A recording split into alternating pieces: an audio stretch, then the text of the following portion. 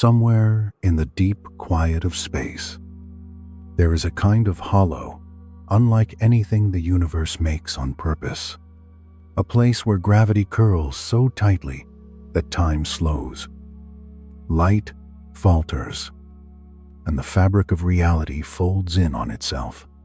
It is not an empty place, but a force one so strange it feels less like a hole and more like a missing piece of the universe.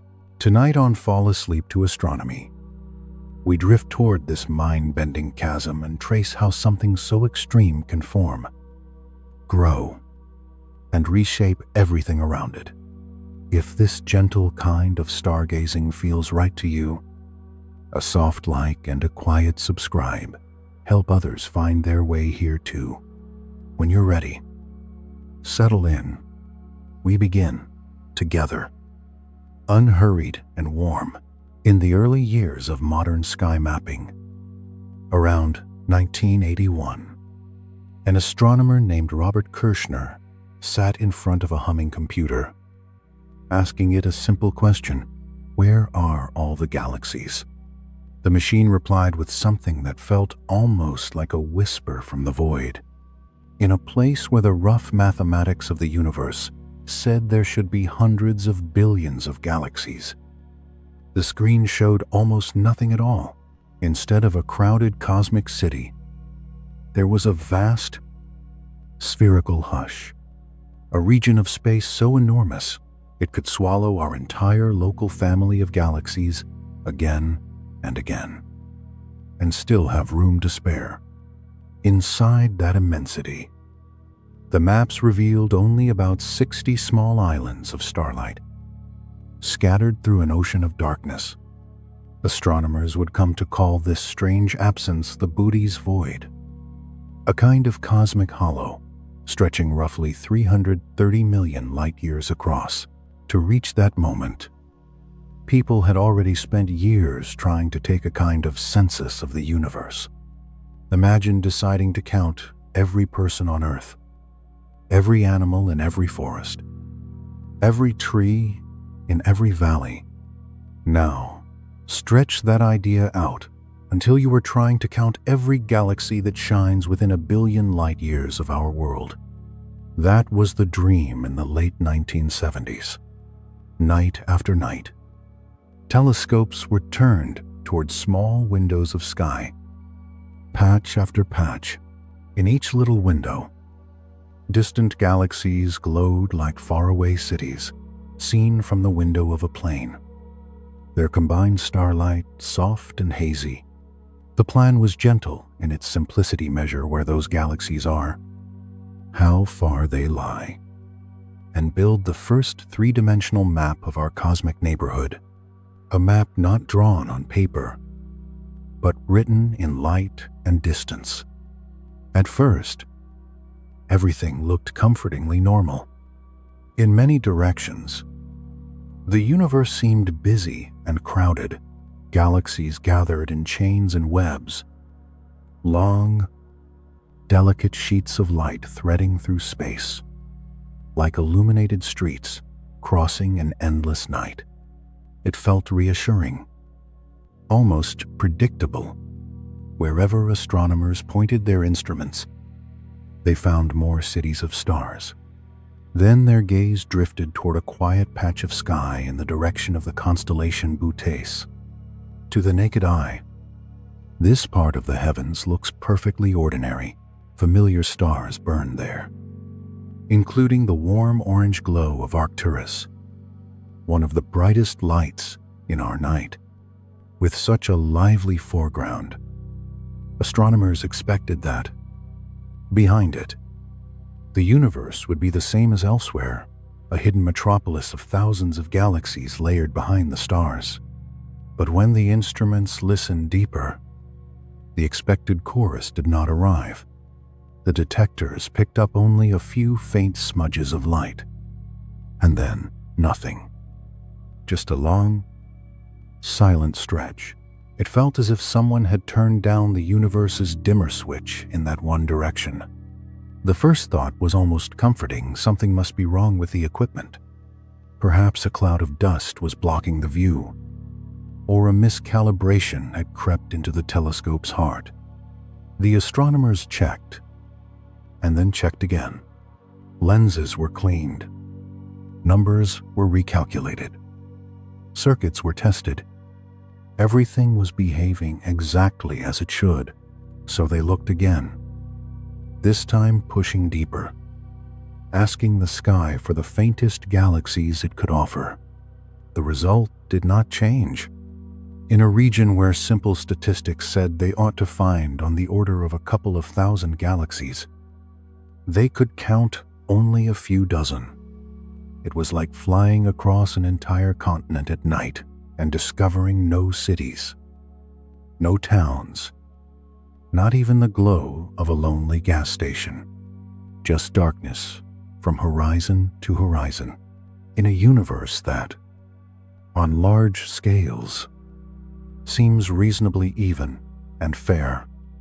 This patch was not. The odds of such an empty place appearing by random chance were so tiny that it felt more like a riddle than a result. It was as if someone had taken a ladle and scooped out a vast portion of the cosmos, leaving behind a hollow where almost nothing shines. The handful of galaxies that did appear in that region seemed painfully solitary.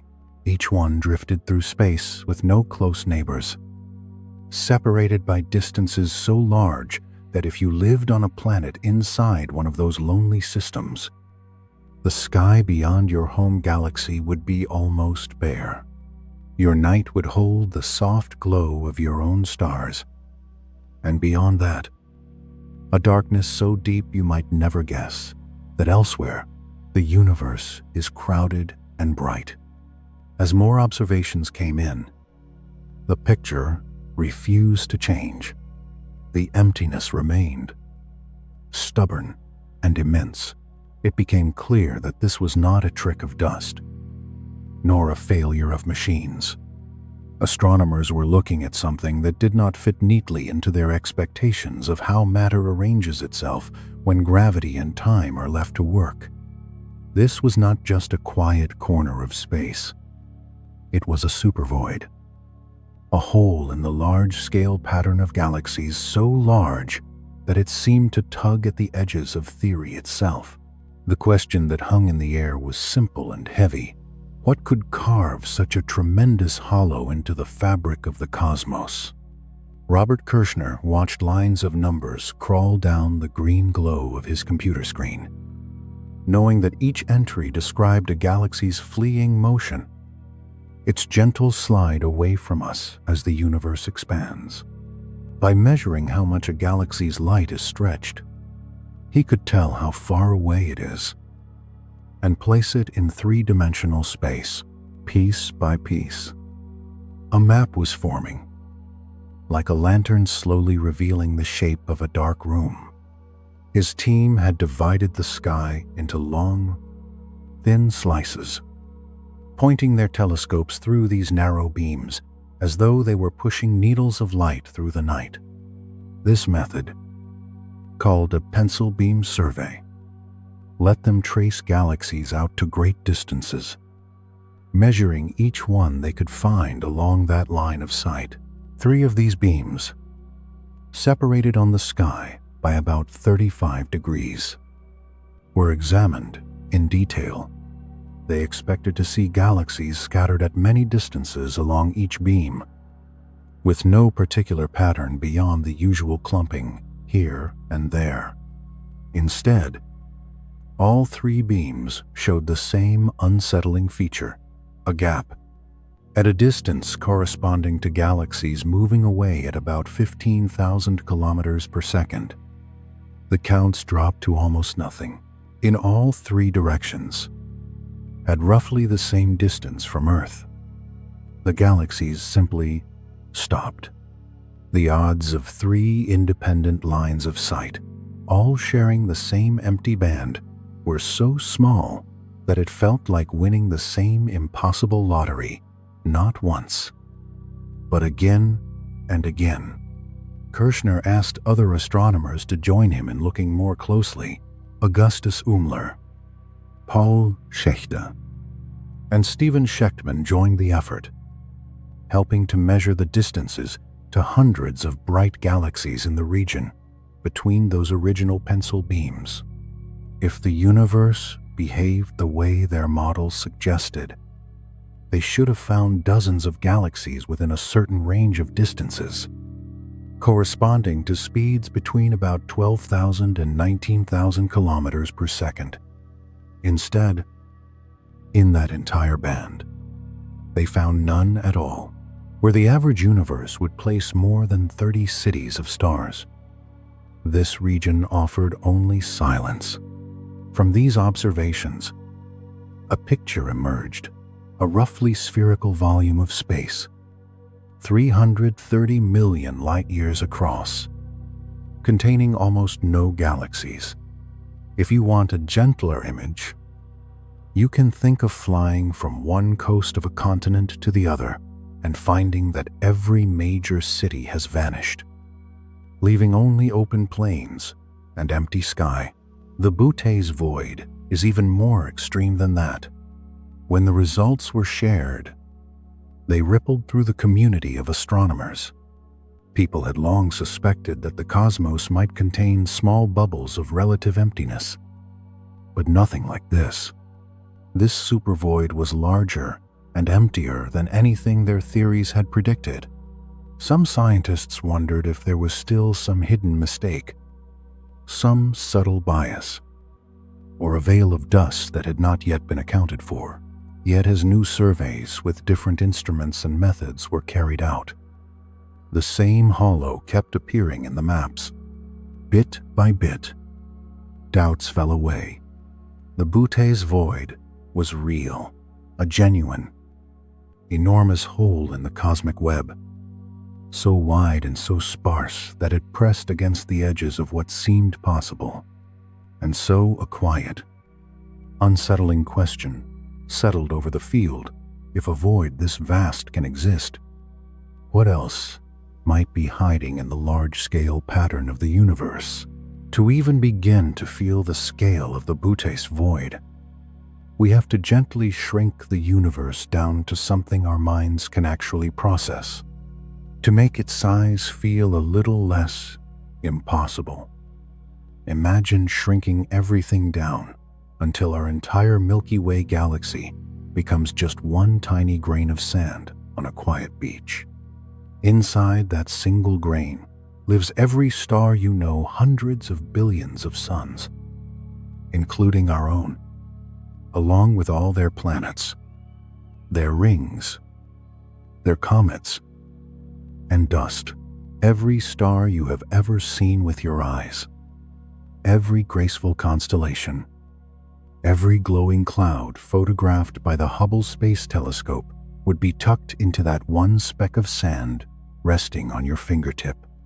If the Milky Way is one grain, then our local group of galaxies, our home grain, plus the Andromeda Galaxy and a few dozen smaller companions, would swell to the size of a glass marble. That little marble represents a region of space about 10 million light-years across, filled with trillions of stars and uncountable worlds, all bound together in a quiet gravitational dance. Now keep that same scale in mind. On this beach of imagination, the Bouteille's void would appear as a hollow sphere as large as an entire basketball court. Inside that court-sized emptiness, you would find fewer than 60 lonely grains of sand scattered here and there, each one standing in for an entire Milky Way-sized galaxy. The rest of the space would be bare floor and silent air, returning to the true universe. The numbers grow dizzy again. The Bouteille's void stretches roughly 330 million light-years from one side to the other. Light itself, which races through space at about 186,000 miles every second, would need around 330 million years to cross it. If you tried to make that journey not with light, but with a real spacecraft, even our fastest would be hopelessly slow.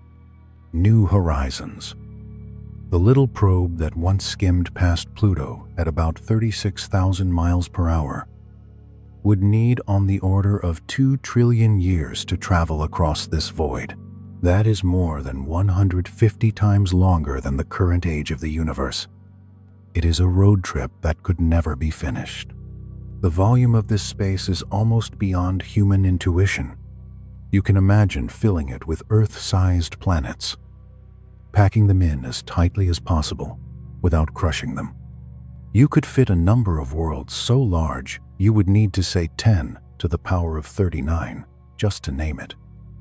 A number with 39 zeros trailing behind it. Within that staggering emptiness, astronomers have found only about 60 galaxies. In a typical patch of the universe this large, you would expect around 2,000. Here, space is roughly 30 times emptier than the cosmic average. Those 60 galaxies drift through the dark like scattered islands in a vast black sea. The nearest neighbors to any one of them can lie 50 to 100 million light-years away. For comparison, our own nearest large neighbor, the Andromeda Galaxy, is only about 2.5 million light-years distant. If Earth were tucked inside one of the galaxies living in the heart of the Butte's void, our sky would feel very different. You would still see the stars of your own galaxy, the familiar river of light arching overhead. But beyond that, the deep background would be nearly blank, with almost no faint smudges of distant galaxies to hint at a larger universe. The cosmos would seem smaller, quieter, and far more mysterious, as if your island were the only one in an otherwise empty ocean. When astronomers run the numbers behind this region, the strangeness deepens. On average, the universe seems to contain about 1 lonely proton in each cubic meter of space. That sounds like almost nothing, but spread across vast distances, that thin mist of matter gathers into stars, galaxies, and clusters. Using this average density, and backed by decades of observations of millions of galaxies, statistical models predict that a region the size of the Butte's void should hold roughly 2,000 galaxies. Instead, we see only a few dozen. The density there is about 30 times lower than expected. The chance of such an extreme dip happening purely by random accident is tiny, on the order of 1 in 10 million. You are more likely to be struck by lightning twice in the very same day than to stumble upon a void this empty by sheer coincidence. And the oddity is not just its emptiness, but its shape. Random clustering usually creates messy, irregular gaps and lumps, like clouds breaking apart and merging in uneven ways. The Butte's void, however, is almost a perfect sphere, with most of its few galaxies gathered in a sort of tube or thread running through its center. That smooth, symmetrical outline suggests not a simple accident, but some deeper process at work, shaping this region in a deliberate way.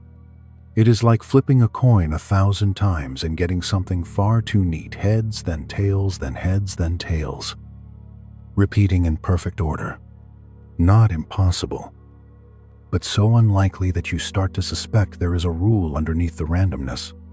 Standard models of how structure grows in the universe face a similar discomfort. Over billions of years, gravity gathers matter together and resists extremes. These models say that very large voids should exist, but their underdensity should not be so severe on scales much bigger than about 100 million light-years.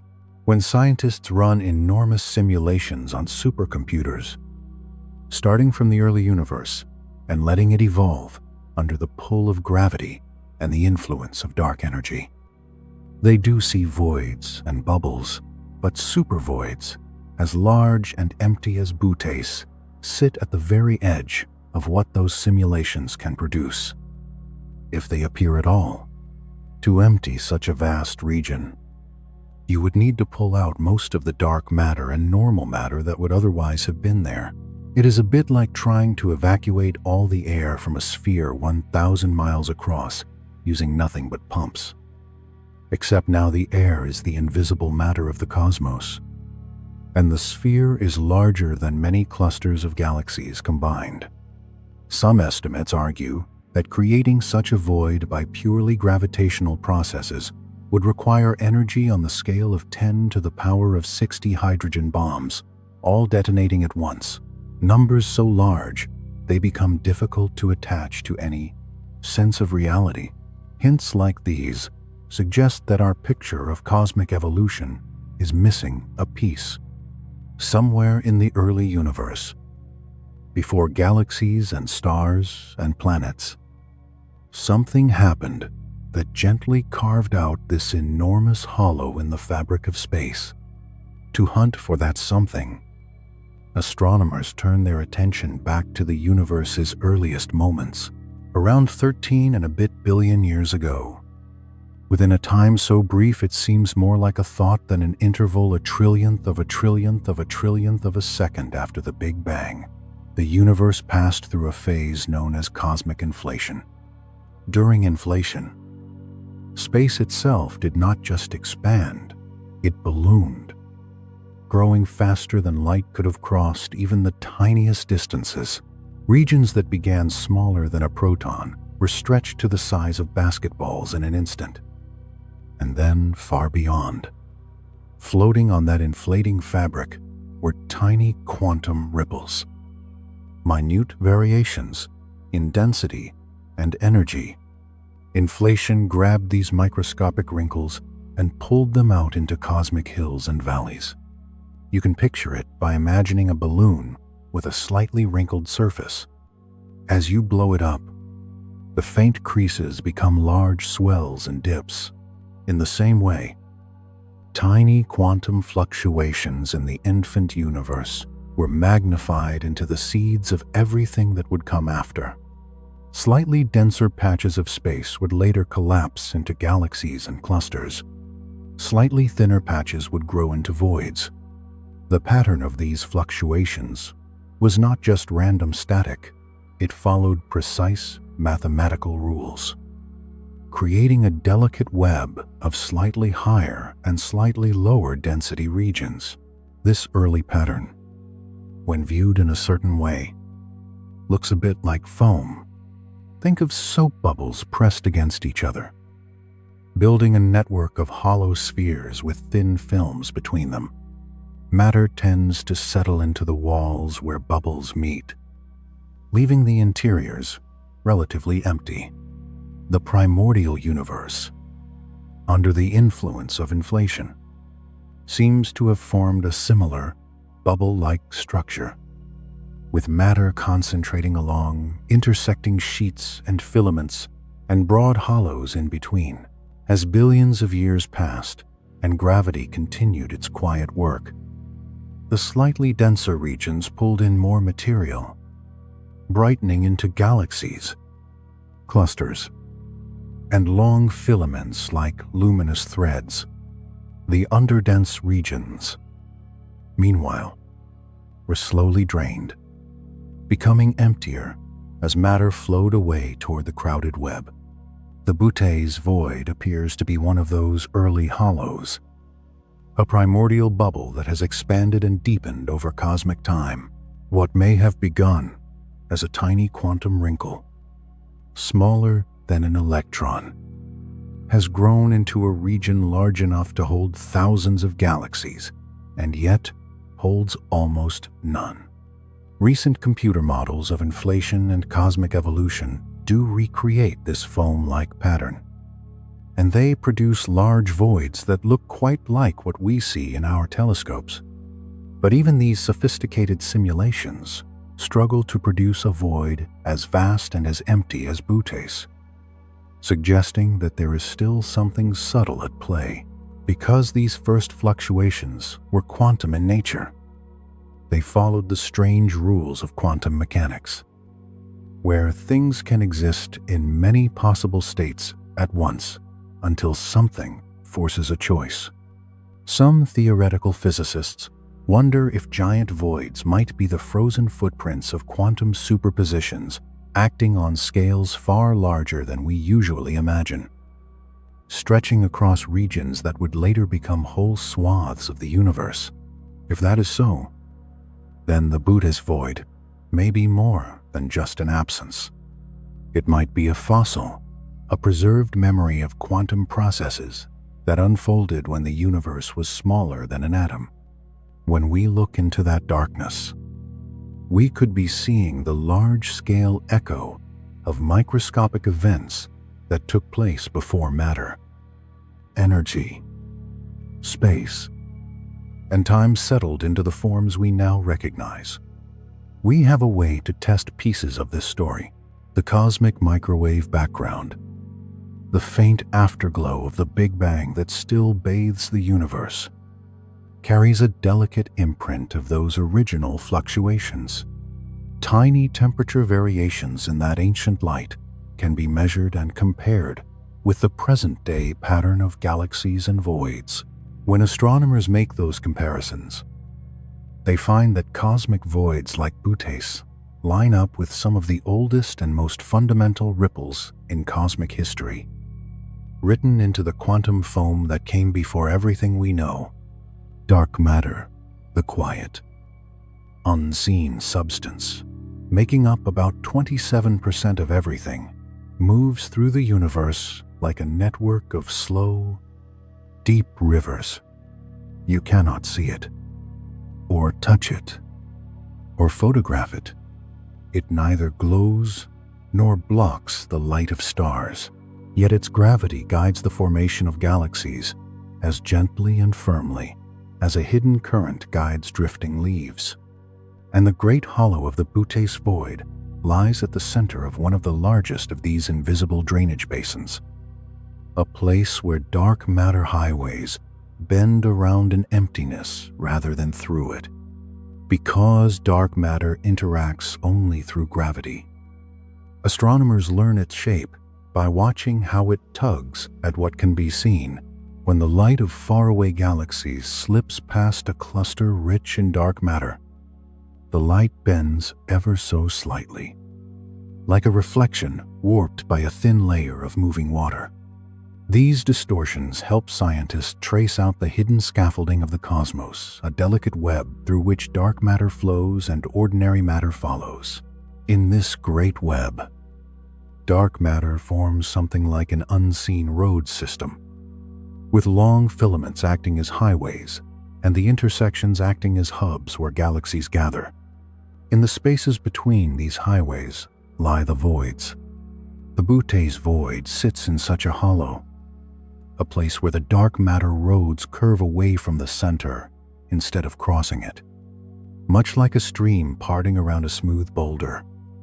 The dark matter currents flow around this region, sweeping ordinary matter along with them over cosmic ages.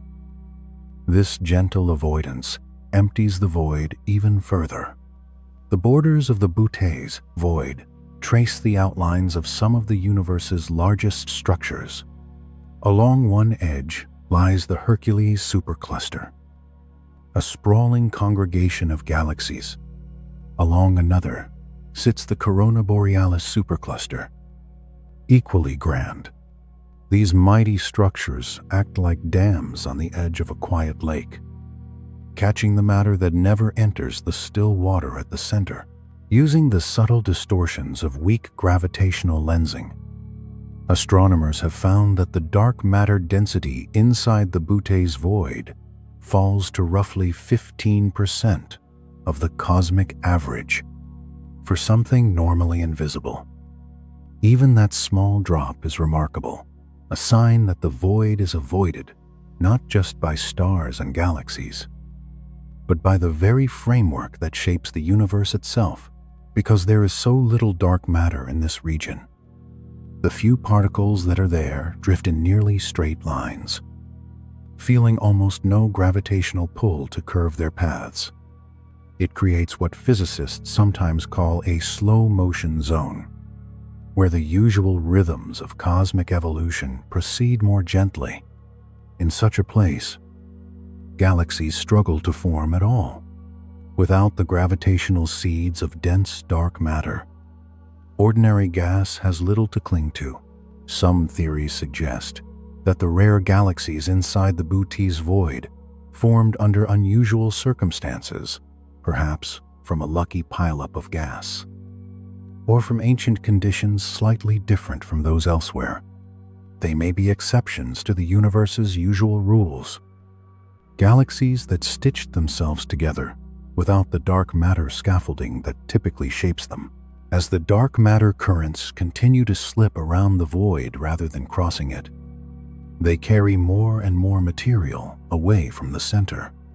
In the distant future, these lonely interiors will grow even emptier, becoming some of the most isolated regions in the cosmos.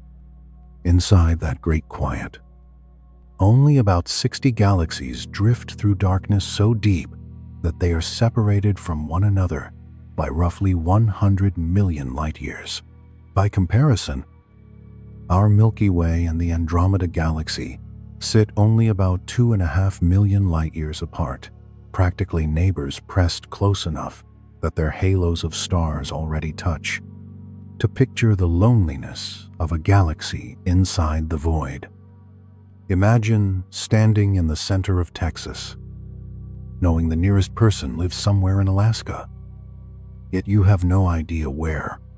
Stretch that feeling across 100 million light-years, and you begin to sense the solitude. When astronomers observe these void galaxies in detail, they find something quietly distinctive about them. Many are small and faint, holding fewer stars than galaxies formed in busier neighborhoods of the cosmos. They show little evidence of the violent mergers and collisions that shape galaxies elsewhere. Instead, they seem to have lived calm, undisturbed lives, growing old without much outside influence. One of the better-known void galaxies, called Markarian 845, glimmers at 14th magnitude, a whisper of light, barely visible even through large amateur telescopes. Yet this faint glow comes from billions of stars. If this same galaxy lived in a more crowded region, gravitational encounters with its neighbors might have sparked new bursts of star formation, making it far brighter. Spectral studies show that many void galaxies contain older stars on average, with fewer hot, young stars than galaxies in denser regions. It is as though they spent their fuel early and then slowly dimmed, passing their long lives in peaceful isolation. Strangely, these galaxies do not scatter randomly through the void. Most are arranged along a tube-like structure, about 50 million light-years wide, stretching from one side of the void to the other, the faintest hint of an ancient path through the emptiness.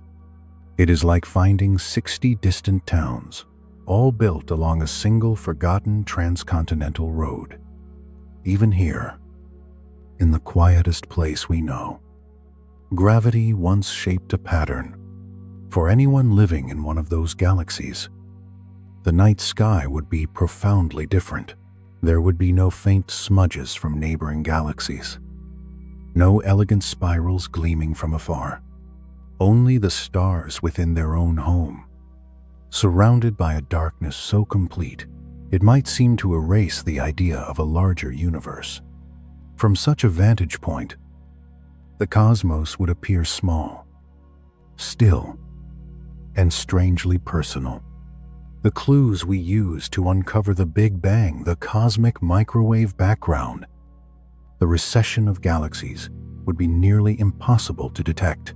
A civilization there might not learn the universe is expanding, until they built delicate instruments in the 1960s level of sensitivity or beyond. These 60 galaxies are like hermits of the cosmos, evolving in deep solitude, untouched by the busy gravitational conversations that shape most of the universe. When astronomers step back to look at the widest possible view, the universe resembles a three-dimensional web long, thin filaments of galaxies separated by vast hollows. The Boutte's void is one of the largest of those hollows. Simulations show how this intricate pattern emerged. Tiny variations in density in the early universe were slowly amplified by gravity, forming sheets and threads of matter, while the spaces between them were gently drained. It is much like the foam of soap bubbles. Thin films meet at edges and corners, holding most of the structure, while the interiors of the bubbles remain almost entirely empty. Our cosmic web works the same way. Roughly 80% of the universe's volume consists of voids wide, quiet spaces like the Boutte's void, while the remaining 20% contains the filaments and clusters where galaxies gather. Emptiness, not matter, is the dominant shape of the cosmos. The filaments themselves, despite stretching hundreds of millions of light years, are astonishingly slender, often only 10 to 20 million light years thick. These are the universe's highways, carrying matter across unimaginable distances and feeding the growth of galaxy clusters at their intersections.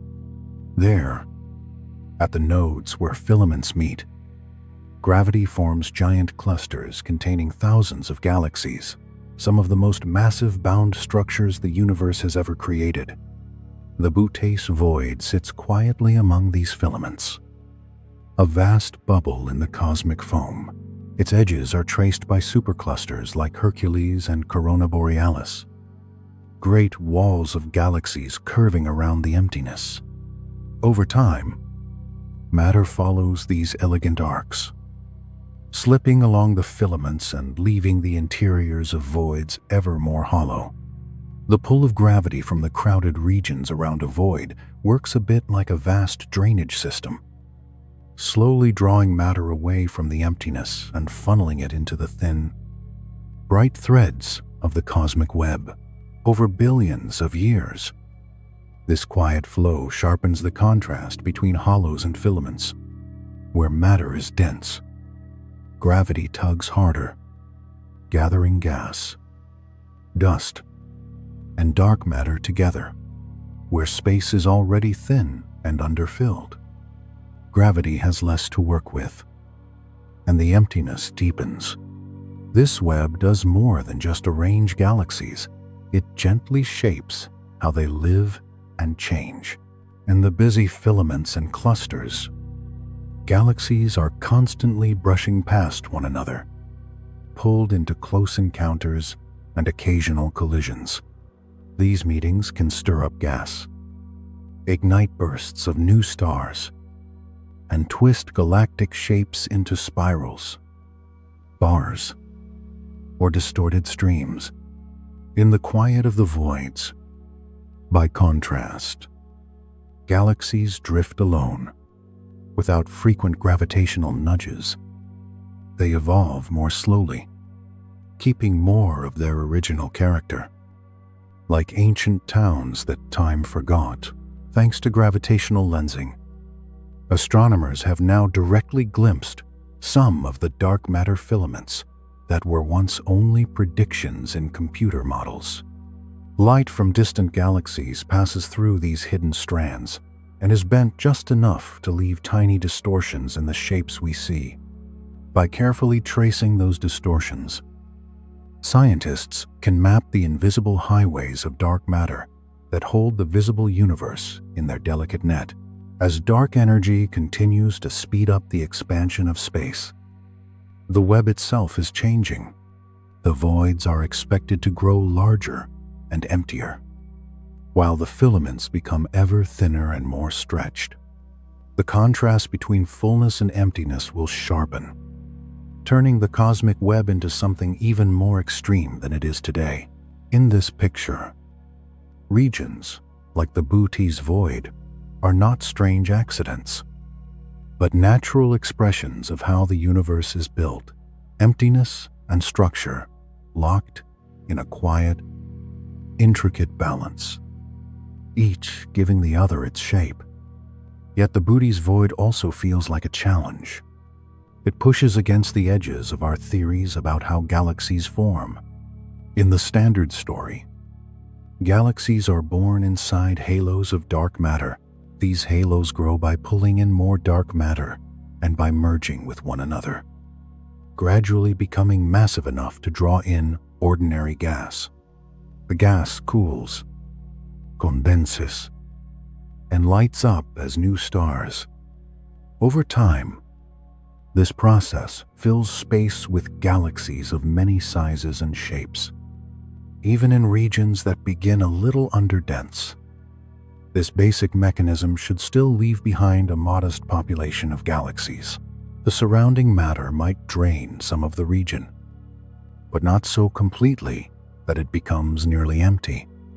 Large computer simulations, built on the framework of cold, dark matter cosmology, almost always find a natural upper limit for voids roughly 150 million light-years across. The Bootes void, at more than twice that diameter and with a far lower density than expected, sits outside the comfortable boundaries of these models. As the universe expands, theory also suggests that underdense regions should not become too extreme. They should retain at least a gentle fraction of the average matter density, perhaps 1/5 or a bit less. But measurements of the Bootes void show that it falls well below that, hinting that some extra ingredient, some additional process, has helped empty it out more thoroughly than gravity and expansion alone would predict. The galaxies inside the void complicate the picture even more. They are not quite what standard models would expect in such isolation. Many of them are smaller, often harboring older stars and showing little sign of recent star formation or dramatic mergers. The usual expectation is almost the opposite, that galaxies left alone, free from disruptive encounters, would hold on to their gas and gradually build up larger masses over longer times, continuing to form stars at a steady pace. Instead, these void galaxies often look as though they used up their fuel early and then quietly faded, even though nothing around them seems busy enough to strip or disturb them. It is as if the environment of the void itself somehow discourages growth, through processes that our current theories do not fully capture. Even their arrangement is puzzling. Rather than being scattered evenly throughout the enormous volume, most of the roughly 60 known void galaxies lie along that narrow, tube-like structure threading the center. Random chance would tend to smear them out more uniformly. Their concentration along a single cosmic corridor suggests that some deeper pattern, perhaps a faint filament left over from the early universe, guided where they formed and how they evolved. To explain puzzles like these, some astronomers have explored more exotic possibilities, perhaps unusual concentrations of primordial black holes, or some other rare form of matter, helped carve out the void in ways we do not yet understand. Others wonder whether we might need slight changes to the laws of gravity on very large scales, or subtle modifications to the behavior of dark matter or dark energy to account for such extreme hollows. Alternative models of cosmic evolution, ones with variable dark energy or altered gravity, can sometimes produce larger, deeper voids in simulations, making regions like Bootes easier to accommodate. But those same models often collide with other observations, explaining one mystery while creating new ones. For now, The most honest stance is a gentle admission the Buddhi's void exposes seams in our understanding. It hints that our elegant models of cosmic history are still missing a few important threads. To probe those missing pieces, astronomers look again to the oldest light in existence, the cosmic microwave background. This faint glow, cooled by expansion to just a little more than 2 7/10 degrees above absolute zero, carries within it delicate patterns imprinted when the universe was only about 13 8/10 billion years younger than it is now. Tiny temperature variations in this ancient light trace small differences in density in the early cosmos. Regions that would later become voids show up as slightly warmer or cooler spots compared to the average, while the seeds of future clusters appear with the opposite tint. The link between voids and these temperature patterns involves something known as the integrated Sachs-Wolf effect. As microwave background photons travel across the universe, they pass through regions where gravity wells deepen or shallow over time. When light moves through a growing cluster, it can gain a bit of energy as the gravitational potential deepens. When it crosses an expanding void, where matter is being drawn away and the gravitational well is becoming shallower, it can lose a little energy. By the time this light reaches us, those tiny gains and losses in energy appear as slight coolings or warmings in the cosmic microwave background. Large voids, like the Buddhi's void and others, can therefore leave behind subtle cold spots in this ancient radiation. The Planck satellite, launched by the European Space Agency, has mapped these temperature variations with extraordinary care. Its maps show small correlations between the locations of the biggest voids and clusters and the pattern of warm and cool areas on the sky. One particularly intriguing cold patch in the direction of the constellation Eridanus seems linked to an even larger supervoid than Bootes. This cold spot is several times wider than the usual temperature ripples and has remained a quiet puzzle since it was first hinted at in data from the Wilkinson Microwave Anisotropy probe. The temperature differences involved are tiny, only a few millionths of a degree, but they carry enormous meaning. By comparing them with detailed simulations, astronomers can follow the evolution of specific regions, from those early patterns in the microwave background to the structures we see today. These studies confirm that some areas with certain temperature signatures indeed grow into voids, like Bootes, reinforcing the idea that such hollows were encoded into the universe's blueprint from the very beginning. And yet, the observed cold spots associated with supervoids often appear stronger and larger than theory comfortably predicts. This mismatch suggests either that we still do not fully understand how voids grow in an accelerating universe, or that some more exotic physics is quietly at work. Ideas range from cosmic strings thin, hypothetical defects left in space-time from the earliest moments, to the dizzying possibility of collisions between our universe and other universes during cosmic inflation. More cautious explanations focus on dark energy itself. Perhaps its behavior changes slightly inside large voids, enhancing their growth and deepening the imprint they leave on the microwave background.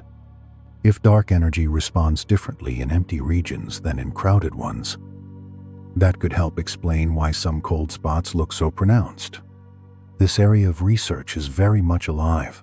New telescopes and experiments are being planned and built to map the microwave background and the large-scale structure of the universe with even finer precision, in the hope that the pattern of cold and warm spots will whisper more clearly about the physics hiding within the voids. Through all of this, cosmic hollows like the Bootes void stand revealed as ancient features, not late accidents. part of the universe's architecture from its earliest instance. And within that great quiet, another kind of messenger passes endlessly, almost unnoticed: the neutrino. Trillions upon trillions of these ghostly particles stream through the Boutte's void every second. Neutrinos are among the strangest things we know in physics. They have almost no mass, no electric charge, and they interact so weakly with matter that they can pass straight through entire planets, as if nothing were there, every single second. Roughly 100 billion neutrinos slip through each square inch of your body, and you never feel a thing. Many of these particles were born in the furious first moments after the Big Bang and have been traveling ever since, barely altered by all the structures that formed long after they left.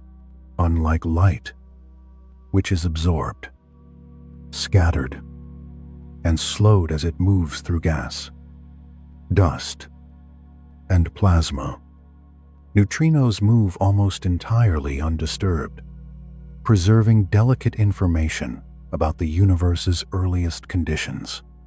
Because the Boutte's void contains so little matter, it acts as a nearly perfect passageway for these primordial neutrinos.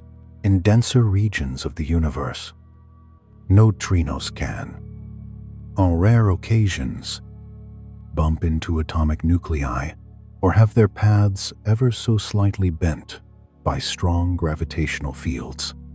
Out in the quiet heart of the void, neutrinos travel almost as if the universe were made of glass.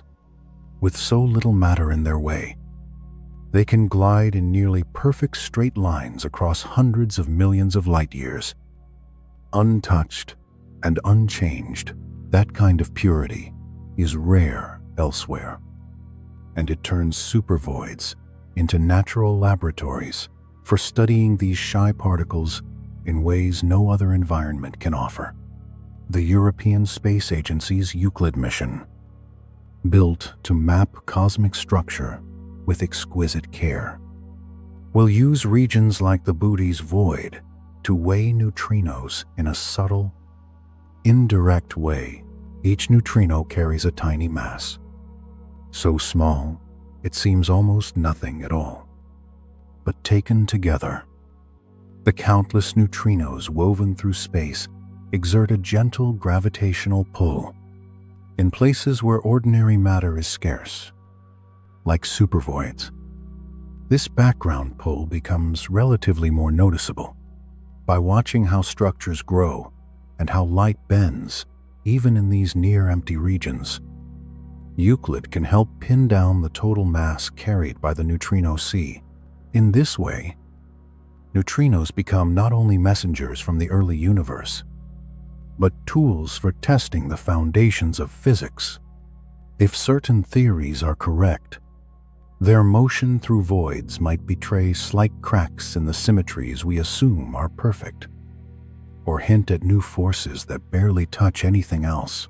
Simulations that include neutrino physics predict that voids should be shaped just a little differently than in models that ignore them slightly altered sizes. Slightly changed density profiles. Comparing the real Boutte's void with these predictions lets astronomers tighten the limits on what neutrinos can be and how they behave. The most energetic neutrinos are born in cosmic storms, exploding stars, gamma-ray bursts, and the fierce hearts of active galaxies. These high-energy travelers can cross billions of light years, and voids provide clear, uncomplicated paths for them to reach us. Buried deep in the Antarctic ice, the IceCube Neutrino Observatory has already caught some of these particles, detecting neutrinos that almost certainly passed through vast cosmic hollows on their way to Earth. By tracing back their arrival directions and energies, scientists can begin to sketch a hidden neutrino sky, linking faint flashes in the ice to distant, violent events scattered across the universe. Future observatories will extend this work, using voids as natural beamlines, letting neutrinos fly across the largest distances possible with almost no interference. With enough data, these experiments may reveal whether neutrinos can slip into more ghostly sterile states or interact in unexpected ways with dark matter itself. In that sense, the Bouteille's void, empty of nearly everything else, is full of information carried silently by these invisible messengers from the cosmic dawn. Inside such a hollow, another great mystery operates almost without opposition: dark energy. This strange component, making up roughly 68% of the universe's total energy content, behaves like a soft, persistent pressure that pushes space apart. Gravity tries to gather matter together, but dark energy urges everything to drift away. In dense regions, clusters, superclusters, and thick filaments, gravity and dark energy are locked in a slow tug-of-war. On local scales, gravity can still win, binding galaxies into groups and clusters even while the overall universe stretches.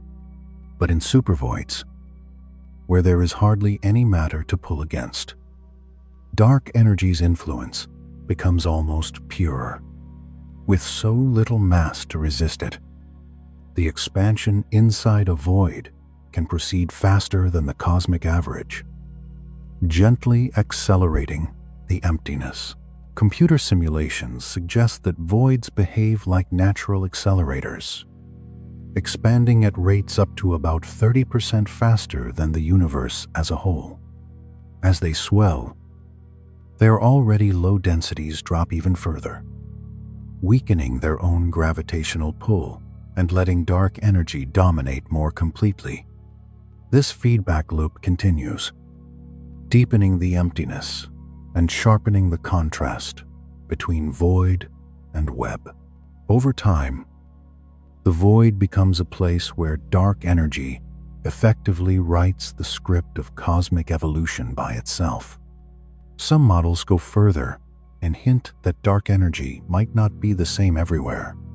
If its properties depend even slightly on the surrounding matter density, then voids could experience a stronger push than crowded regions. That idea has led cosmologists to treat supervoids as testing grounds for competing theories of dark energy.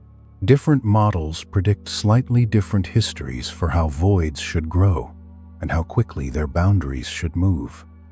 By carefully mapping the shapes and expansion patterns of giant hollows like the Bouteille's void, missions like Euclid and other future surveys may tell us whether dark energy is truly constant or has a more complex personality, changing subtly from place to place. Even the few galaxies inside such voids carry clues.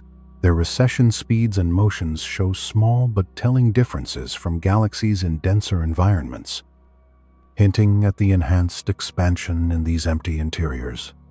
The way voids stretch and grow is also tied to deeper questions about space and time themselves. Some alternative theories of gravity attempt to explain cosmic acceleration without invoking dark energy at all, instead modifying how gravity works over immense distances. These ideas make different predictions about how rapidly empty regions should expand. By watching voids as they evolve, we are, in a sense, listening for the tone of gravity's true voice, looking far ahead. As dark energy continues its patient work, voids like Bouteille's will become even more dominant in the cosmic landscape. Their boundaries will swell, and the thin filaments connecting galaxies will stretch and fade. In that distant future, the few galaxies inside a supervoid may drift so far from everything else that they fall out of causal contact, unable even in principle to exchange light or information with the wider universe. The Bouteille's void offers a kind of preview of that fate, a realm where dark energy already rules almost unchallenged over scattered islands of matter. Despite its vastness, the Butte's void did not simply appear as one single, enormous bubble. Instead, it seems to be the result of many smaller hollows gradually merging, like soap bubbles that touch, thin, and then combine. Early in cosmic history, simulations show that the universe was filled with modest voids, perhaps 10 to 50 million light-years across, born from the uneven distribution of matter set by quantum fluctuations during inflation. As time passed, gravity pulled matter from the low-density interiors toward the slightly denser walls between them, enhancing filaments and clusters.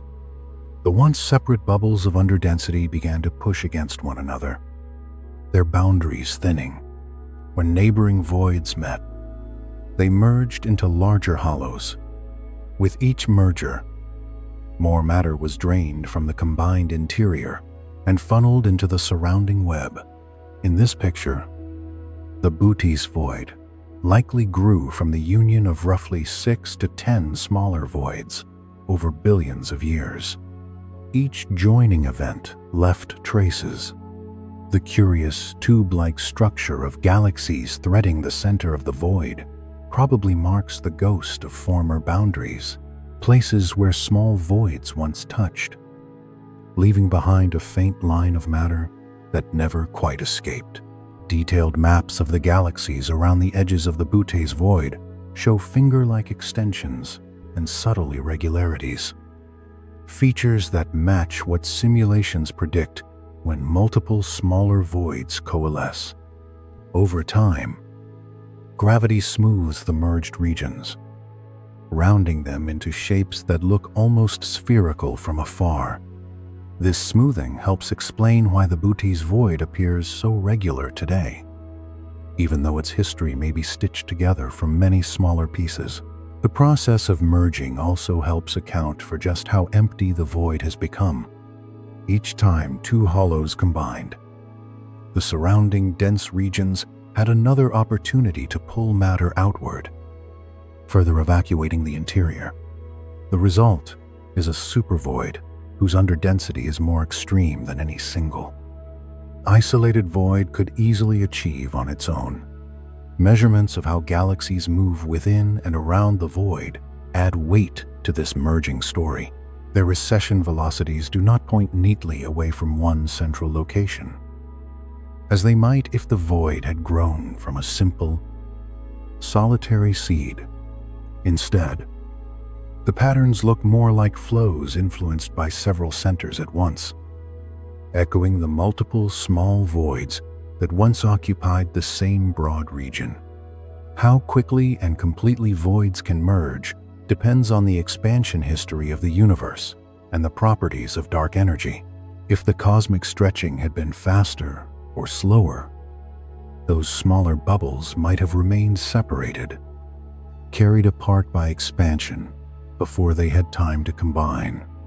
By tracing the substructure within supervoids, the faint scars of their earlier components, future deep surveys will be able to test detailed models of how large-scale structure forms and how dark energy shapes that process. Even now, the merging of voids continues, though more slowly, as accelerated expansion pulls regions apart. In some parts of the universe, astronomers can watch younger voids still in the process of joining, catching in real time the slow knitting of smaller hollows into larger ones. The Butte's void stands as a mature example of this cosmic bubble, merging a supervoid that has swallowed its neighbors, growing into one of the most extreme and strangely beautiful structures we can see in the observable universe. Deep inside a vast hollow like the Butte's void, time itself slips a little differently than it does here among crowded clusters and bright filaments. In Einstein's picture of the universe, gravity and time are woven together. Where gravity is strong, time slows down. where gravity is weak, time flows a little more freely. This effect, called gravitational time dilation, has been measured close to Earth, in orbiting satellites, and even near the edges of black holes. In most places where matter density hovers near the cosmic average, clocks all tick at almost the same pace. A perfect clock floating in the space between typical galaxies would stay nearly in step with one sitting on your desk. The differences add up to only a few tiny parts in a billion, over millions of years. But inside the Bouteille's void, the amount of matter drops to roughly 1/30th of the usual value. With so little mass to curve space-time, the local gravitational field is weaker, and time there runs measurably faster than in denser regions. Imagine placing a clock at the very center of the void and another inside a heavy galaxy cluster. Over a single human lifetime, they would remain nearly indistinguishable. But over the course of about 1 million years, the void clock would creep ahead by roughly 1 extra second.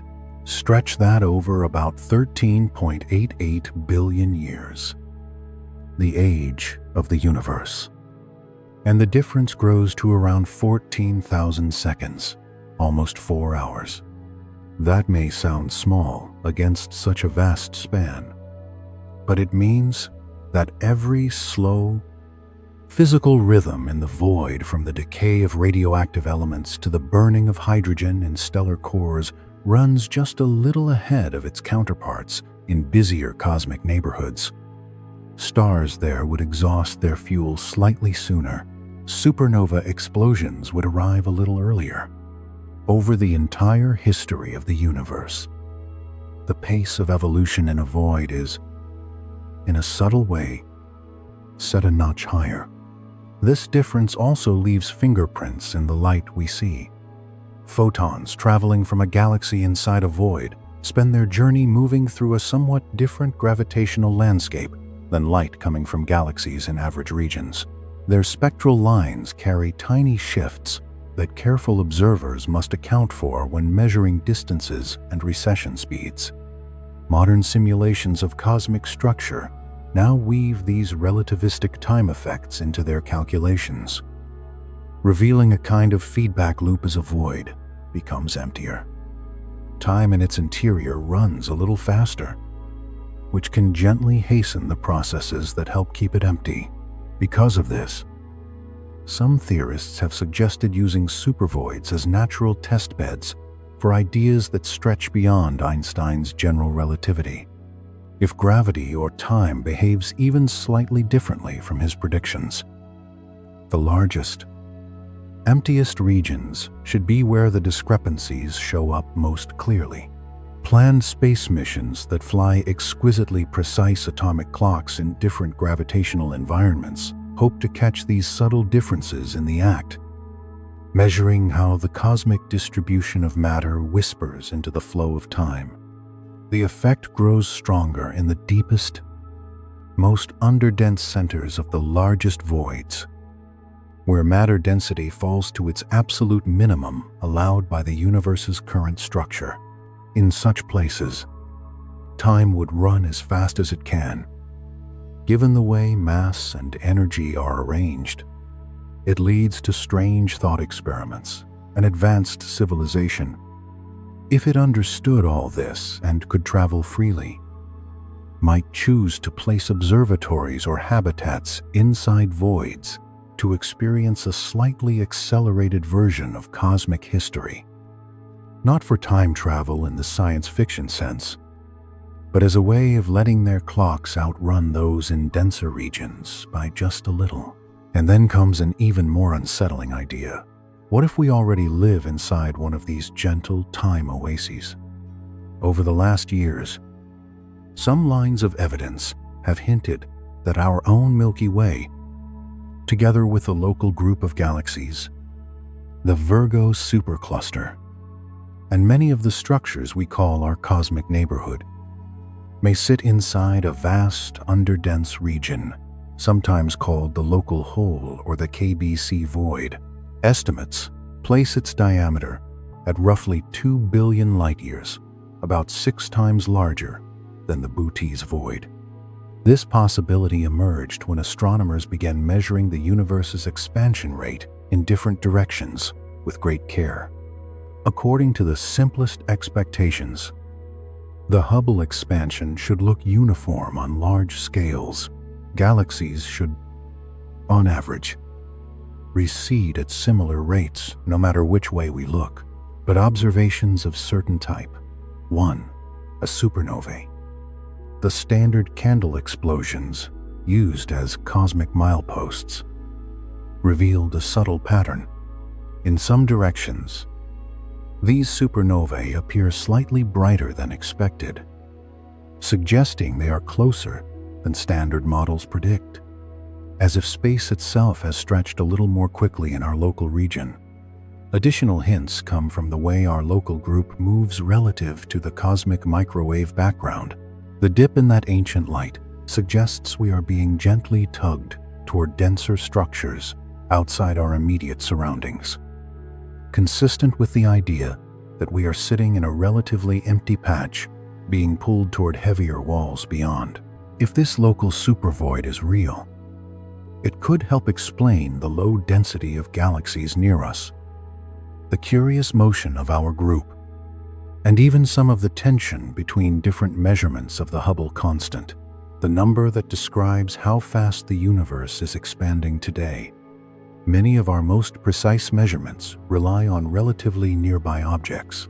If those objects share our underdense bubble, the values we infer might be biased, reflecting the peculiarities of our neighborhood rather than the true cosmic average. This has sparked lively discussion and debate. Some studies find support for the void hypothesis.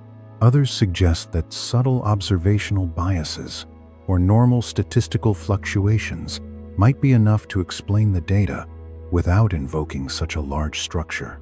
The question touches on deep issues. How uniform is cosmic expansion really? And how much does our particular vantage point color what we think we know about dark energy? Simulations show that an observer inside a large void could see an apparent acceleration of the universe's expansion, even if no dark energy were present, simply because of how gravity from the surrounding dense regions shapes local observations. That raises a delicate possibility. Are we partly fooled by where we happen to live? Or is dark energy truly a fundamental ingredient of the cosmos, with voids like ours only slightly modifying the details? Future wide and deep sky surveys will help untangle this.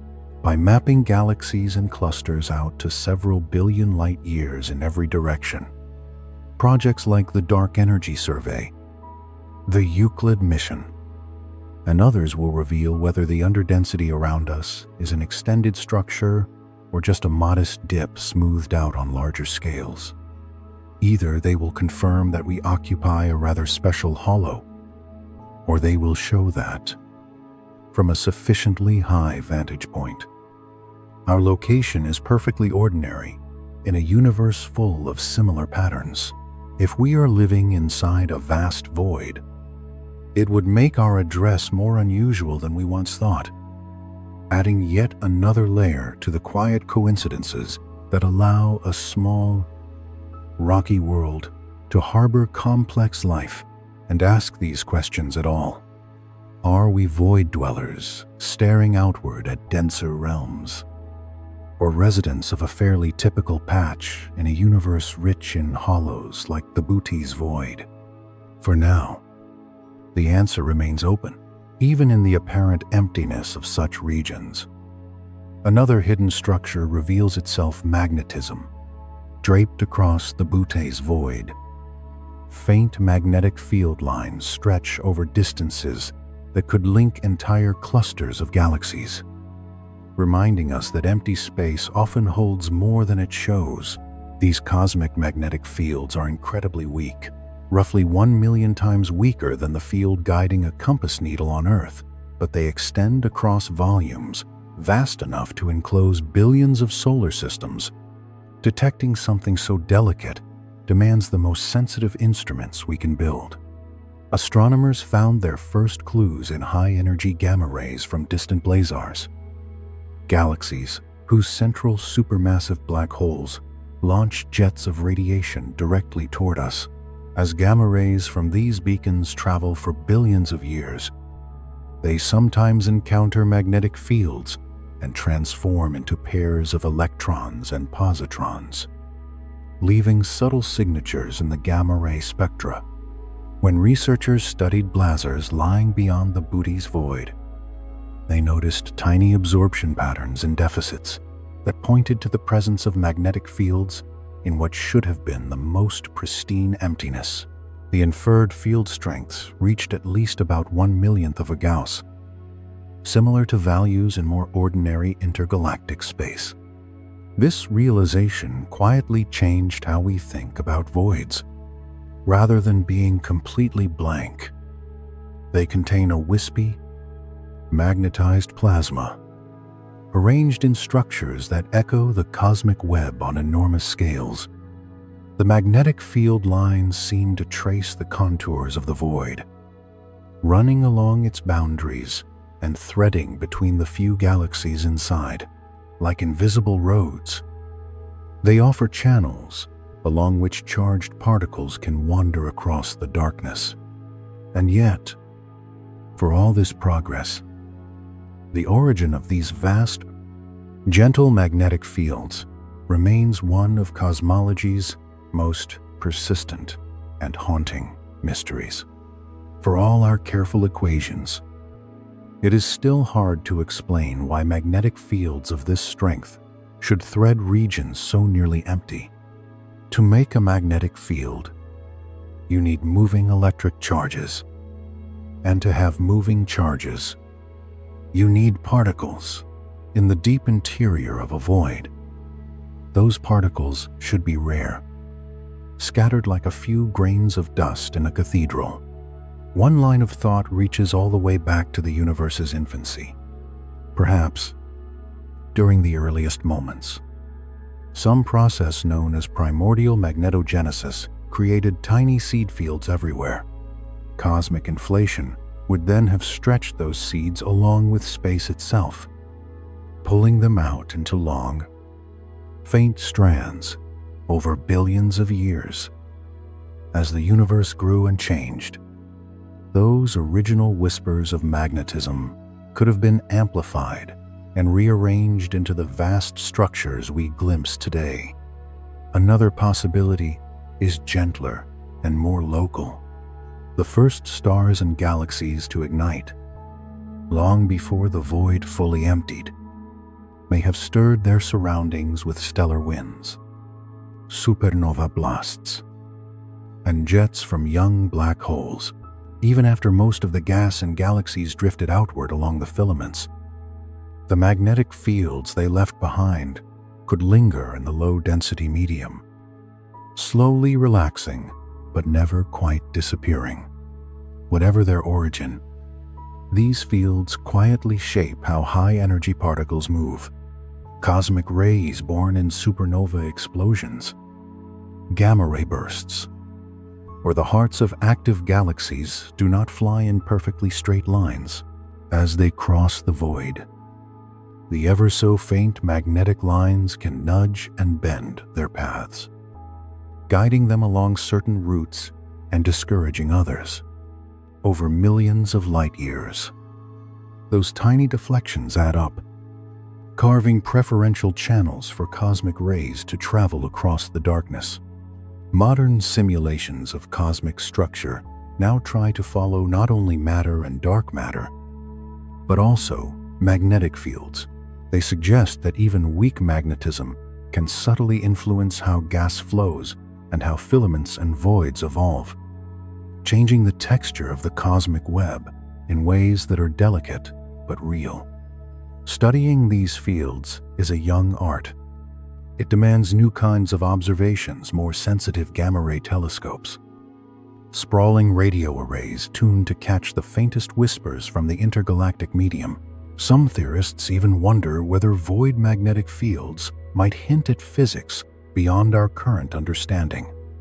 If their strengths, orientations, or small-scale structures depart from expectations, they could point to unknown forces or particles woven into the vacuum. What we already know is striking enough. Voids are not truly empty. They contain hidden frameworks, magnetized plasma, dark matter streams, and ghostly particles joining distant places across immense nothingness. Even in the loneliest reaches of space, unseen connections run from shore to shore. The Buddhi's void does more than tease out hidden magnetism. It also leans heavily on our ideas about how the universe began. The theory of cosmic inflation, our leading story of the universe's first heartbeat, says that in a tiny fraction of a second after the Big Bang, space itself ballooned outward at an almost unimaginable rate, growing from smaller than a proton to about the size of a grapefruit in less than a trillionth of a trillionth of a trillionth of a second. In that instant, minuscule quantum ripples were stretched into the initial hills and valleys of density that would one day become galaxies, clusters, and voids. Inflation has explained a great deal why space appears so flat on large scales, why the cosmic microwave background's patterns look the way they do, why the universe is so uniform and yet seeded with just the right amount of structure.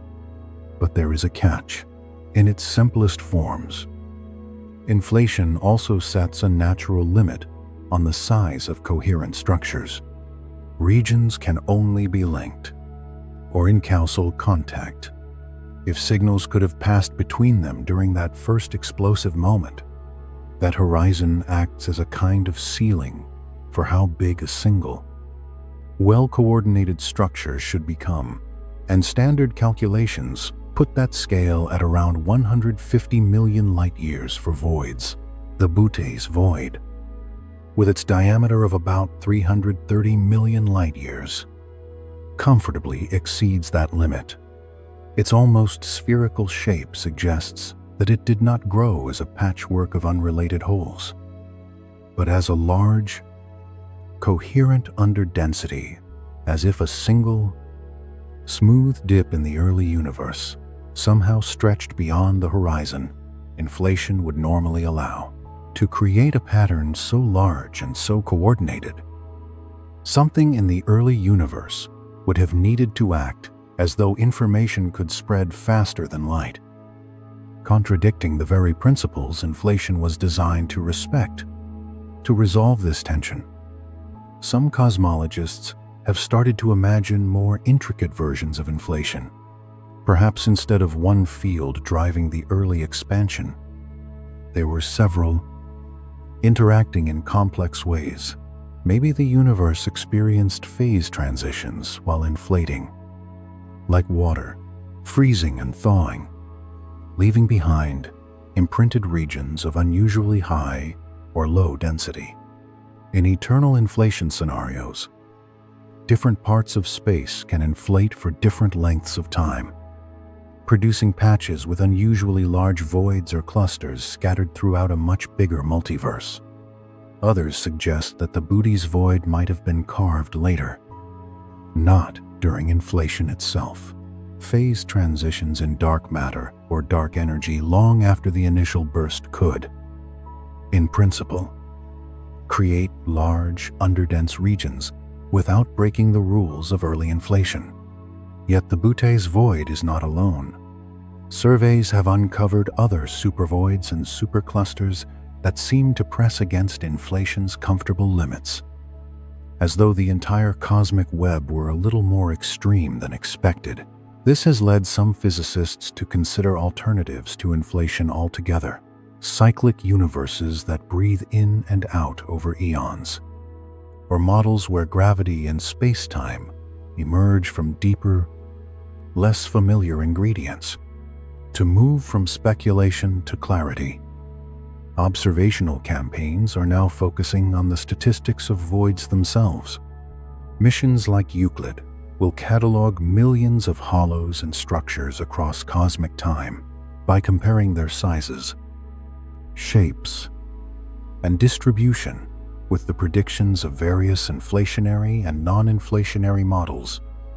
Cosmologists hope to see which stories of the early universe still fit and which must be gently set aside. The stakes reach deeply into fundamental physics. If the largest structures in the universe cannot be accommodated by standard inflation, it may signal that our understanding of quantum fields, gravity, or spacetime is missing a crucial piece. In that light, the Bootes void is not just an empty region, it is a question mark drawn across the sky, asking how everything began. Even the temperature of nothing changes inside such hollows. Space itself has a background warmth, set by the cosmic microwave background, the afterglow of the Big Bang that bathes all of space in a faint, nearly uniform radiation. Today, that glow corresponds to a temperature of about 2.725 Kelvin, just above absolute zero. This temperature is not perfectly the same everywhere. Subtle physical processes let different regions drift slightly warmer or cooler than the average. Inside voids like Bootes, the cosmic microwave background appears a little colder. One reason is the integrated Sachs-Wolf effect.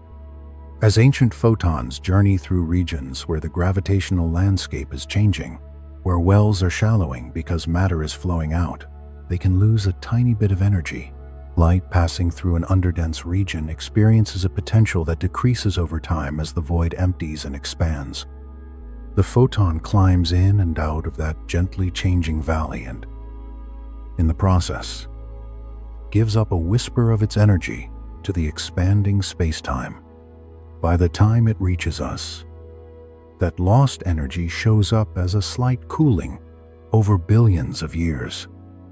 The effect accumulates enough that satellites like Planck can measure void regions as being up to about 20 microkelvin, 20 millionths of a degree, cooler than the cosmic average. Tiny as it sounds, this difference is real and detectable. It tells us that structure does not just inhabit space. It alters the thermal character of space itself. Even the ground temperature of the universe is shaped by where matter is crowded and where it is sparse. These variations reach all the way down into the quantum vacuum. Even in empty space, fleeting pairs of virtual particles wink into existence and vanish, contributing to what we call vacuum energy. The rate and character of these fluctuations depends subtly on the curvature of spacetime and the strength of the local gravitational field. In the weaker gravity of a void, quantum flickering proceeds just a bit differently than in a dense cluster. In principle, this can influence effects like the Casimir force, the slight attraction between closely spaced metal plates due to vacuum fluctuations, and the rates of spontaneous particle creation in extreme environments. On cosmic scales, it also affects how gas behaves when it drifts into a void. Clouds falling inward find themselves in a different radiation bath, with fewer nearby sources and slightly altered background conditions. So their cooling and heating histories diverge from those of gas in more crowded neighborhoods. For astronomers, these differences are not just curiosities.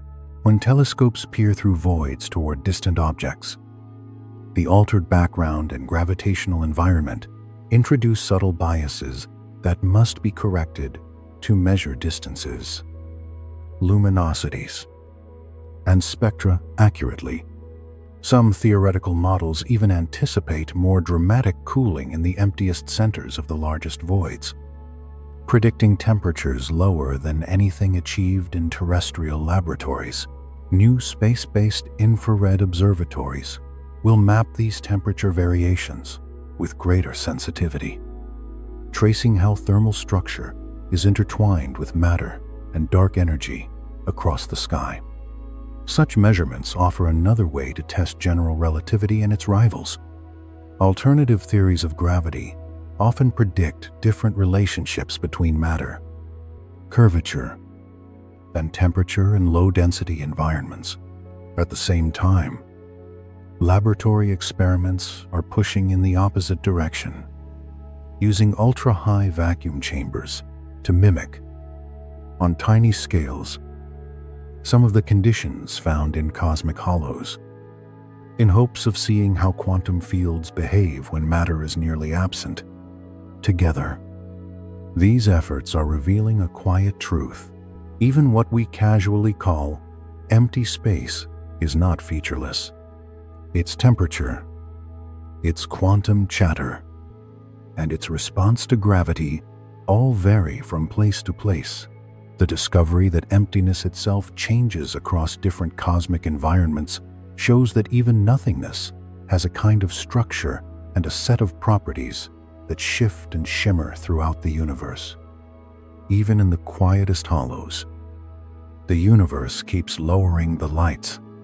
In the coldest reaches of a cosmic void, space itself slides toward temperatures that come close to the deepest chill nature allows.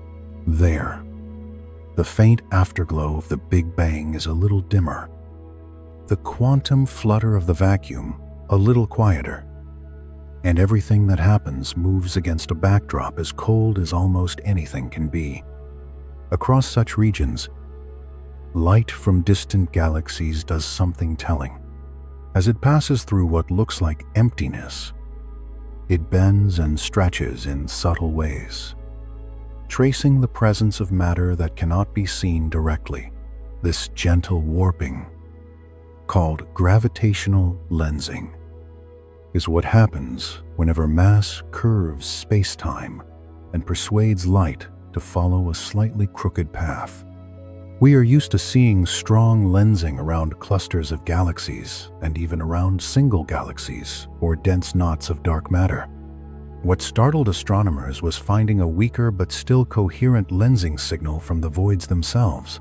Places that should be nearly barren still bend light enough that, when thousands of background galaxies are examined together, their shapes show a faint, systematic stretching.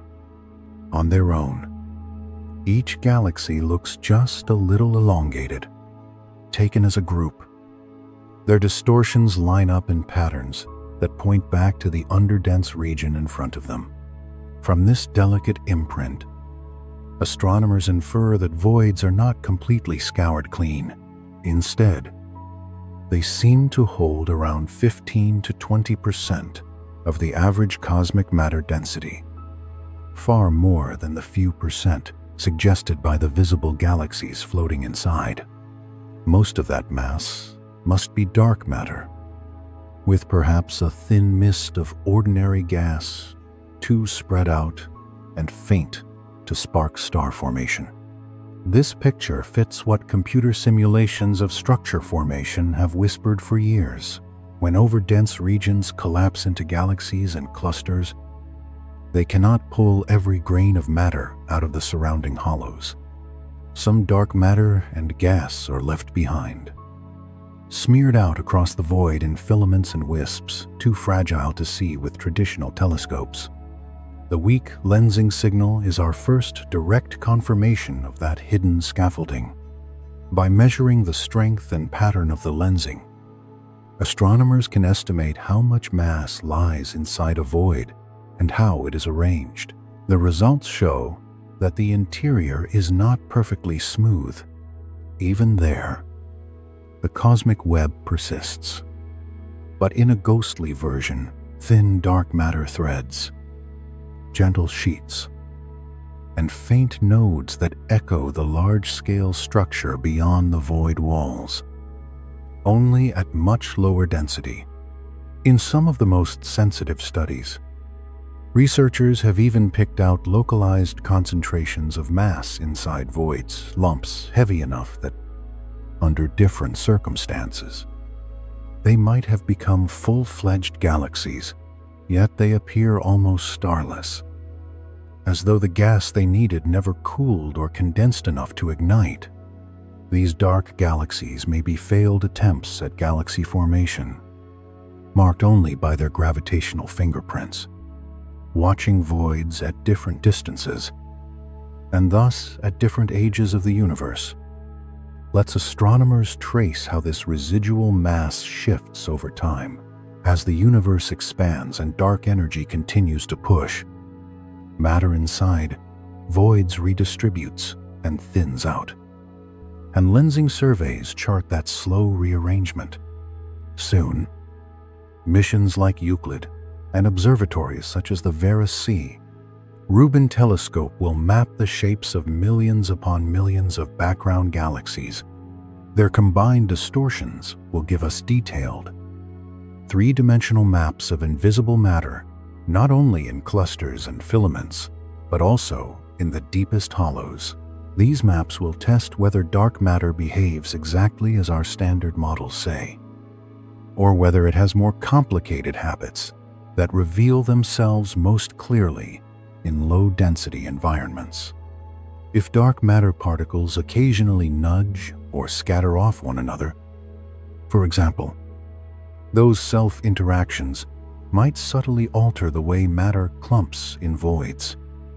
Where other forces are weak, alternative theories of gravity, which adjust Einstein's equations on very large scales, also predict different lensing patterns in thin regions. By reading the faint script that voids write on background light, astronomers can test these ideas where they differ the most. Some measurements even hint that certain voids may hold more invisible matter than expected from standard cosmology. If that suspicion survives further scrutiny, it could point to additional, unfamiliar components of dark matter or dark energy that prefer to gather in underdense regions. The simple fact that voids bend light at all is already a quiet revelation. Even the universe's most barren expanses are ruled by unseen ingredients. In such places, conditions may favor forms of dark matter that would be impossible to pick out elsewhere. Most traditional models imagine dark matter as a population of particles that feel essentially only gravity. But more exotic theories give them extra traits that show up under special circumstances. In self-interacting dark matter models, the particles can collide or scatter off each other, albeit very rarely. In crowded clusters, those subtle collisions are drowned out by the overwhelming pull of gravity. Inside a void, where motions are slower and gravitational fields are weak, the same interactions could leave clearer marks. Simulations of these models predict diffuse clouds or slow streams of dark matter threading the void, forming patterns that differ from the smooth, purely gravitational distribution we would otherwise expect.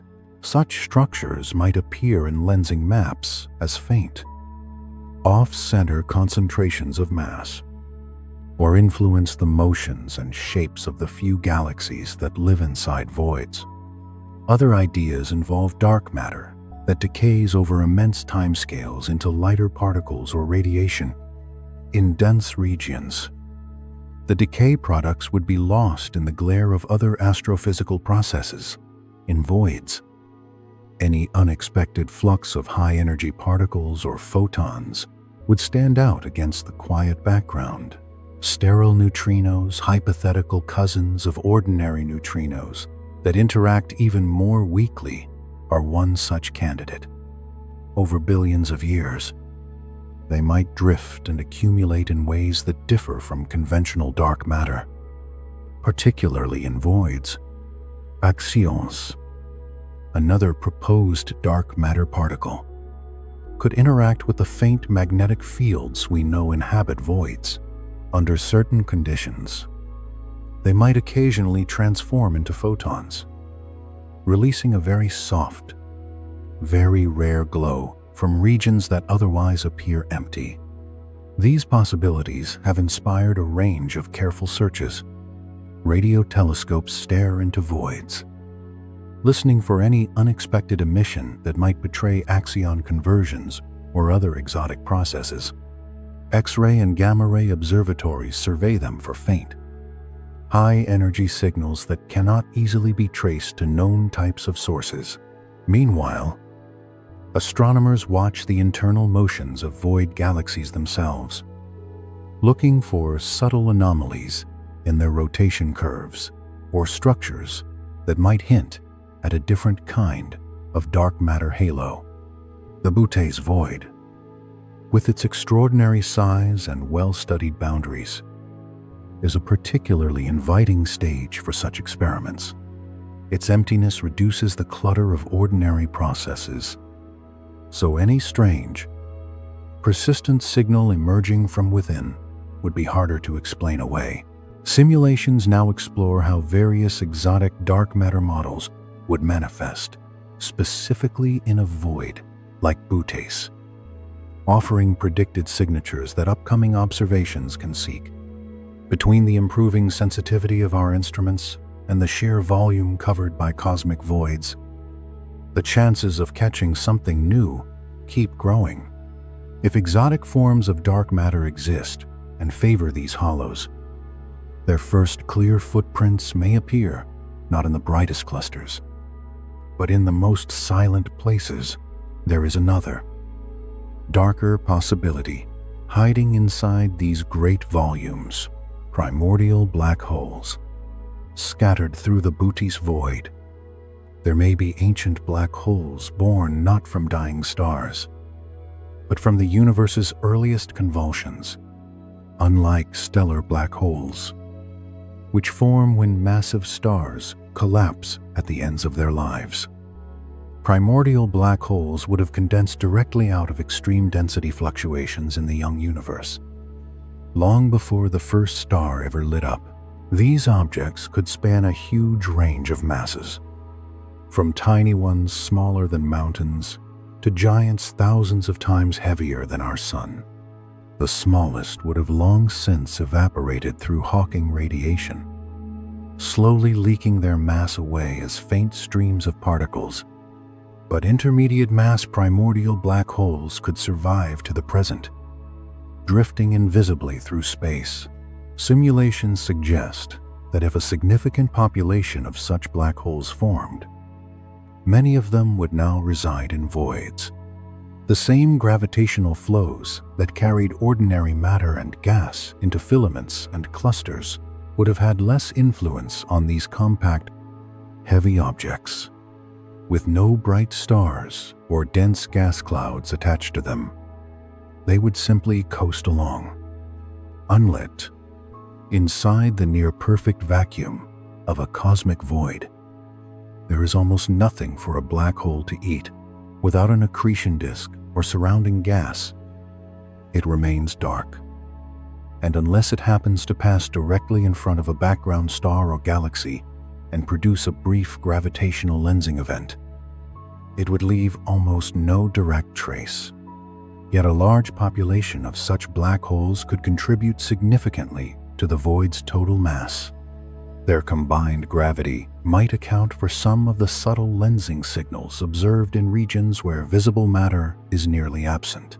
In some theoretical frameworks, primordial black holes could even make up a sizable fraction of dark matter, especially in certain mass ranges. If that is true, cosmic voids could be full of them, quiet, compact knots of mass lying in wait, making these empty regions much heavier than they appear. The recent detections of gravitational waves from black hole mergers by observatories such as the LIGO interferometer and its partners have renewed interest in this idea. Some of the merging black holes those instruments have heard may themselves be primordial in origin, hinting that the universe's earliest moments might have left behind more of these dark fossils than we once thought. Some of the black hole mergers we have already heard as ripples in space-time may not be the deaths of stars at all, but the quiet collisions of primordial black holes meeting after an age-long drift. Cosmic voids are natural stages on which this possibility can play out. As gravitational wave detectors grow more sensitive, they will be able to catch mergers of intermediate mass black holes from all across the observable universe, including those hiding in the deep hollows between the filaments. Future instruments will listen for these events with greater clarity, while the Nancy Grace Roman Space Telescope will watch the sky for much subtler signs, tiny brightening flickers known as microlensing. If a solitary black hole, primordial or otherwise, pass in front of a distant star, its gravity can briefly magnify the star's light.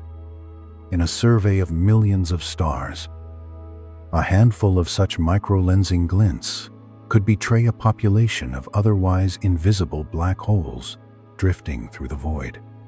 Radio telescopes, too, may have a role in this quiet hunt.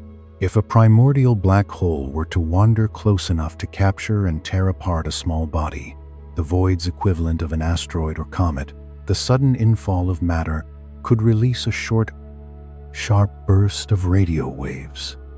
Some theoretical models even suggest that at least a fraction of the mysterious fast radio bursts, those millisecond flashes arriving from all directions on the sky, might arise from interactions between primordial black holes and the sparse material in underdense regions. Simulations now explore what a universe seeded with many primordial black holes would look like after billions of years. They hint at subtle signatures, delicate shifts in how galaxies arrange themselves near void edges. Slight changes in the small-scale structure of the cosmic web. Detecting those patterns would be difficult, but not impossible. For future surveys that map the distribution and motion of galaxies with exquisite detail, the search for primordial black holes and voids is one of the most challenging quests in modern astronomy. If successful, it would reshape our understanding of dark matter, the early universe, and the way cosmic structure first took form. It would mean that the emptiest regions of space are actually crowded with the most extreme objects imaginable, invisible gravitational monsters left over from cosmic dawn. The irony is almost playful. The deserts of the cosmos might be quietly teeming with black holes. And if minds have arisen elsewhere in this universe, they may see voids not as desolate gaps, but as prime territory. For a civilization capable of crossing interstellar or even intergalactic distances, a void offers unusual advantages. Far from star-forming regions and active galaxies, cosmic radiation softens. There are few asteroids, few rogue stars, almost no gravitational ambushes. It is the closest thing the cosmos has to open uncluttered sea. Starships traveling between galaxies separated by hundreds of millions of light years could cruise through a void on nearly straight paths, rarely needing to dodge anything at all. Navigation would simplify to geometry and time. The weak gravitational fields would provide a calm backdrop for any technology that tugs on space-time itself. In speculative ideas like warp drives or space-time manipulation, a low-noise gravitational environment might be a quiet blessing, letting delicate effects unfold without being drowned by massive neighbors. On scales beyond our current imagination, voids could host engineering projects that make Dyson spheres look like household lamps. A sufficiently advanced species might conceive of structures that span entire volumes, enclosing or organizing vast regions containing billions of potential star systems scattered along the edges. communication across such a realm would be simpler than in crowded space radio beams. Laser pulses or stranger signals would travel through near-perfect vacuum, scarcely absorbed or scattered. The chill and void interiors offers something else, effortless refrigeration. Temperatures there naturally sink close to the cosmic background minimum. This could be a gift for technologies that thrive on extreme cold quantum computers, delicate sensors, or other systems that run best when thermal noise is almost gone. Instead of building colossal cooling plants, a civilization might simply move its most sensitive instruments into the void and let the universe do the work. Resources, too, might be harvested in unusual ways. While matter is sparse, the sheer volume is immense. Advanced technology could sweep up and concentrate trace gas, dust, and dark matter over enormous distances. The few galaxies perched inside a void could act as way stations, refueling depots, or anchor points for infrastructure. Islands of stars spaced like stepping stones across an otherwise dark sea. Some speculative scenarios even imagine civilizations deliberately hollowing out or enlarging voids, shaping the cosmic environment to their needs. The energy required is beyond anything we can meaningfully grasp, but perhaps not beyond the reach of beings who can tap the combined output of many galaxies. From a defensive standpoint, retreating into a void offers almost perfect concealment.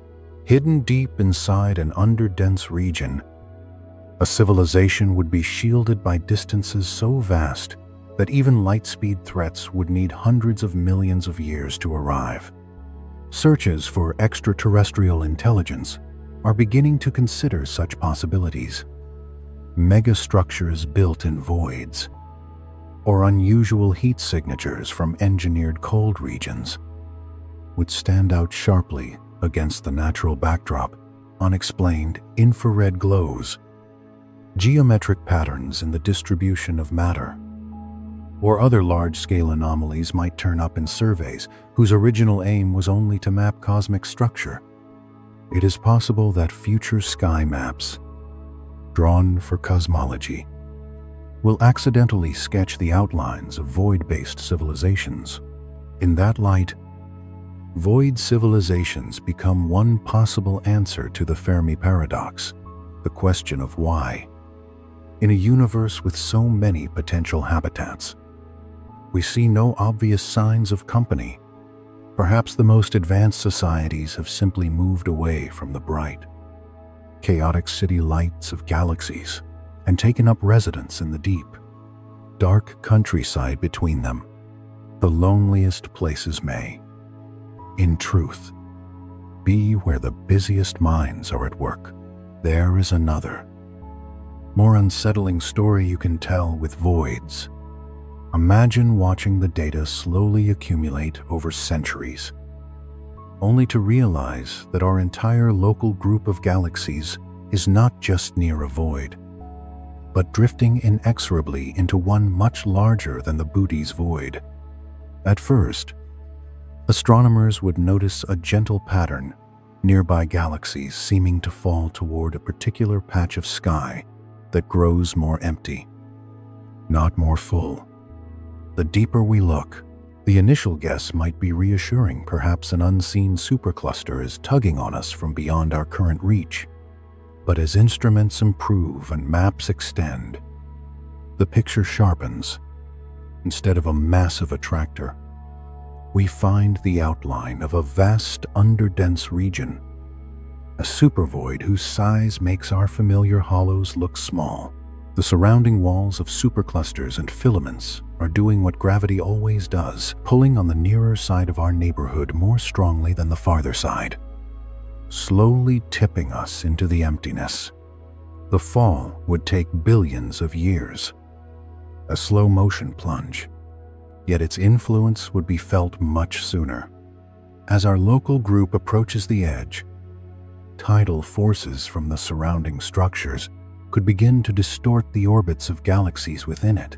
The anticipated encounter between the Milky Way and the Andromeda Galaxy, expected in roughly 4 billion years, might be reshaped, sped up, twisted, or made more violent by these shifting gravitational pulls. A graceful dance could become a chaotic entanglement. Once we fully crossed the boundary and settled inside, our cosmic environment would gradually transform. The night sky, on time scales far beyond human experience, but short on cosmic scales, would dim as distant galaxies slid out of the visible range, their light stretched by enhanced expansion until it slipped into wavelengths our eyes can never see.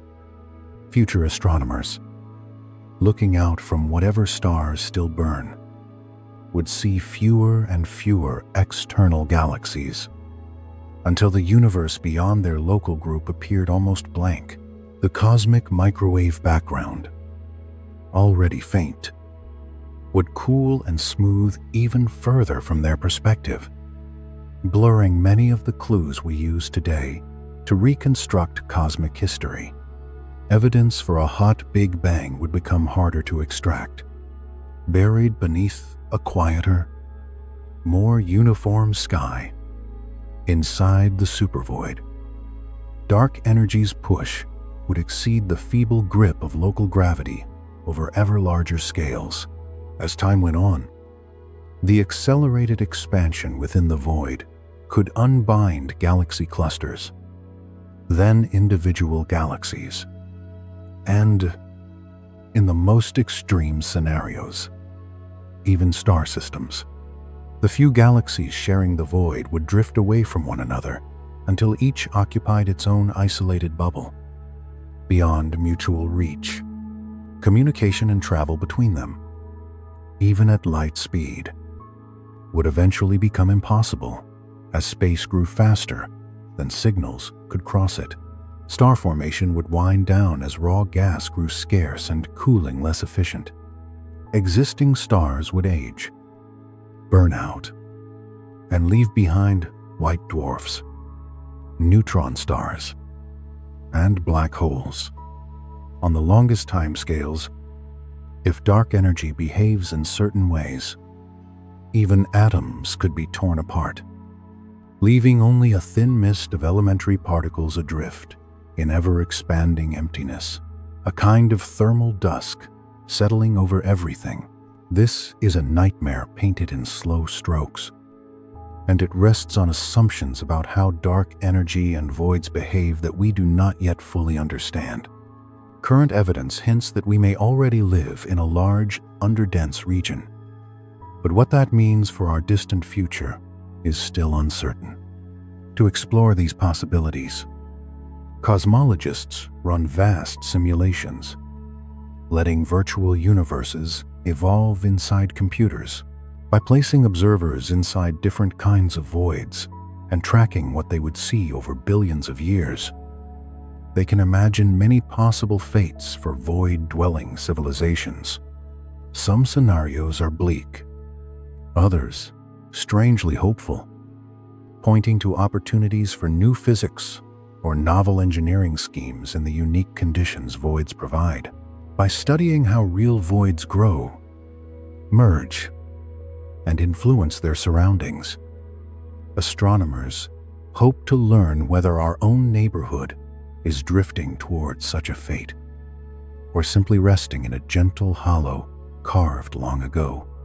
The dynamics of these great hollows offer not only a window into the universe's past, but also early warning signs, quiet hints, detectable long before any dramatic changes arrive, of how our shared story among the galaxies might one day unfold.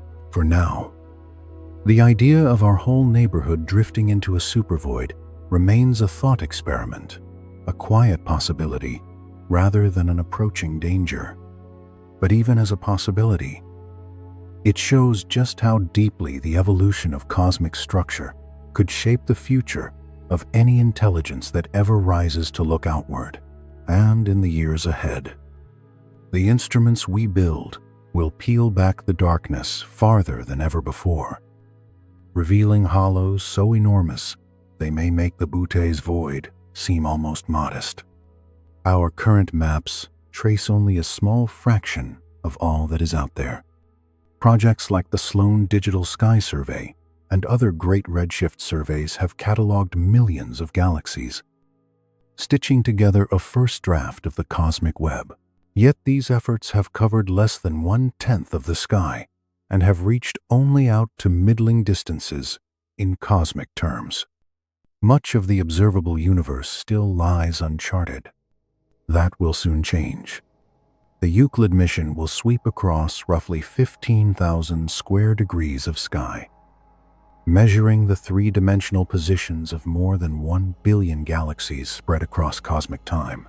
Its survey volume will exceed previous ones by a factor of about 1,000, revealing voids and filaments stretched over depths we have never seen. According to the statistics woven into our best cosmological models, voids even larger than Bouteille's should exist, some more than 500 million light-years across, simply waiting to be noticed once our eyes become wide enough. Around the same time, the Vera C. Rubin Observatory will begin scanning the visible sky every few nights for a decade, building a living, evolving map of structure with unprecedented completeness.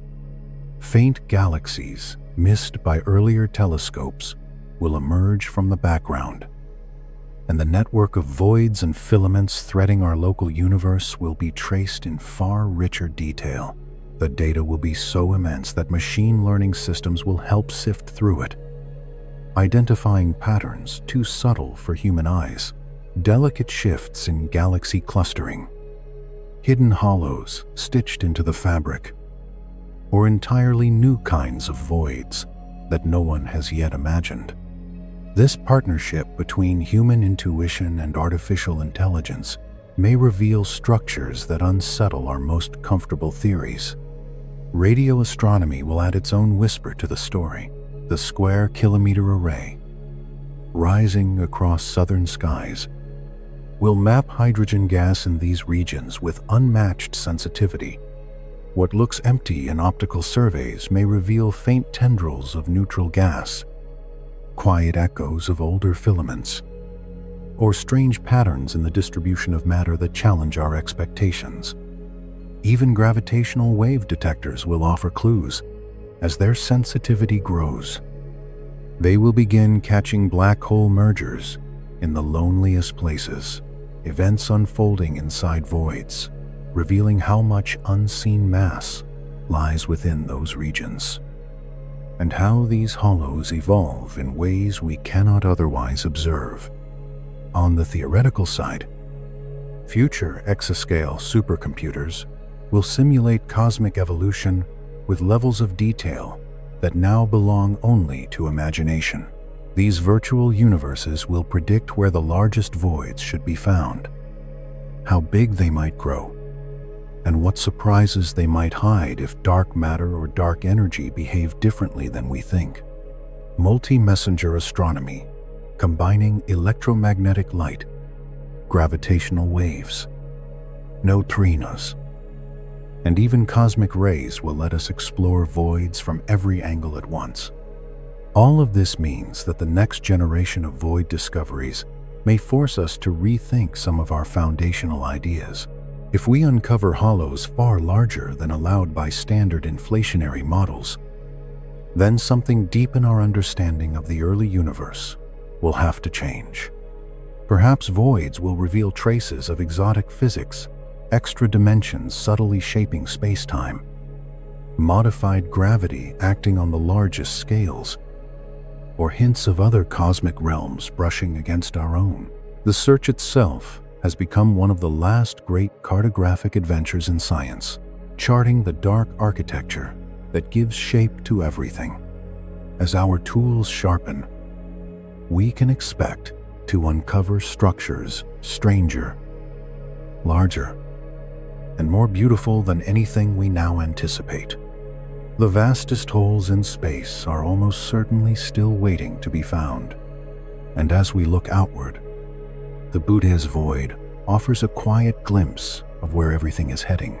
At present, we know the universe's expansion is accelerating under the influence of dark energy, that strange component, making up about 68% of all cosmic energy. As it pushes space apart, distant galaxies drift away faster and faster. This process is not slowing. Everything we observe suggests it will continue indefinitely.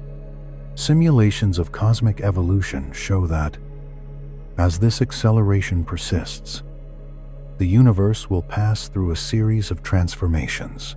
Voids like Buddha's are glimpses of the future enormous stretches of almost pure emptiness, sprinkled with only scattered islands of matter.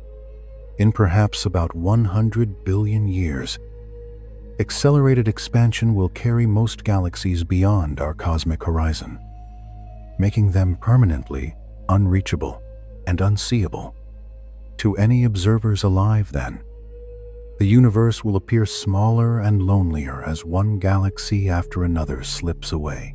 The few galaxies that remain visible from within a void are already so isolated that an observer on a planet inside one of them would see only a tiny handful of neighbors in the night sky.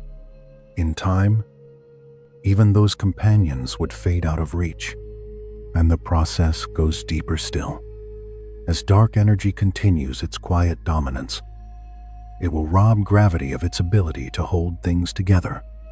Galaxy clusters will dissolve first, their member galaxies tugged apart. Then galaxies themselves may begin to lose their outer stars as expansion exceeds the pull of their centers. In some hypothetical models where dark energy's influence strengthens over time, even planetary systems could come unbound, and the stars themselves might eventually be stretched and broken. Voids help us see this coming, because inside them, dark energy already rules almost unchallenged. Their rapid internal expansion is a preview of what the universe at large may one day become. As the cosmos continues to spread out, its temperature will keep falling. The average background radiation will drift closer and closer to absolute zero. Voids are already partway there, chilling toward the universe's long winter. In that deep future, magnetic fields might become some of the last surviving forms of structure, stretched thinner and thinner, but preserved across unimaginable distances.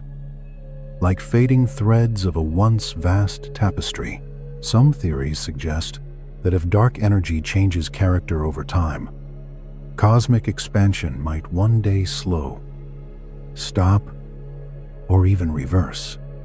But everything we observe in voids, their enhanced expansion, their temperature profiles, their internal matter distribution points in the opposite direction. In the emptiest regions, dark energy's influence is clearest, and nothing hints at a cosmic turnaround. The end that voids foreshadow is one of quiet dissolution. In the far future, most of space will be nothing more than softly lit emptiness. The last black holes will evaporate. White dwarfs and neutron stars will cool into darkness. Even atoms may fall apart under exotic effects of expansion. In time, only particles without structure, photons and leptons, will drift through an endless, ever-widening silence. Yet even as they warn us, voids remind us that the universe holds surprises. Inside them may lie unknown forms of matter, hidden patterns, or unexpected physics. Any of these could reshape our predictions of the distant future.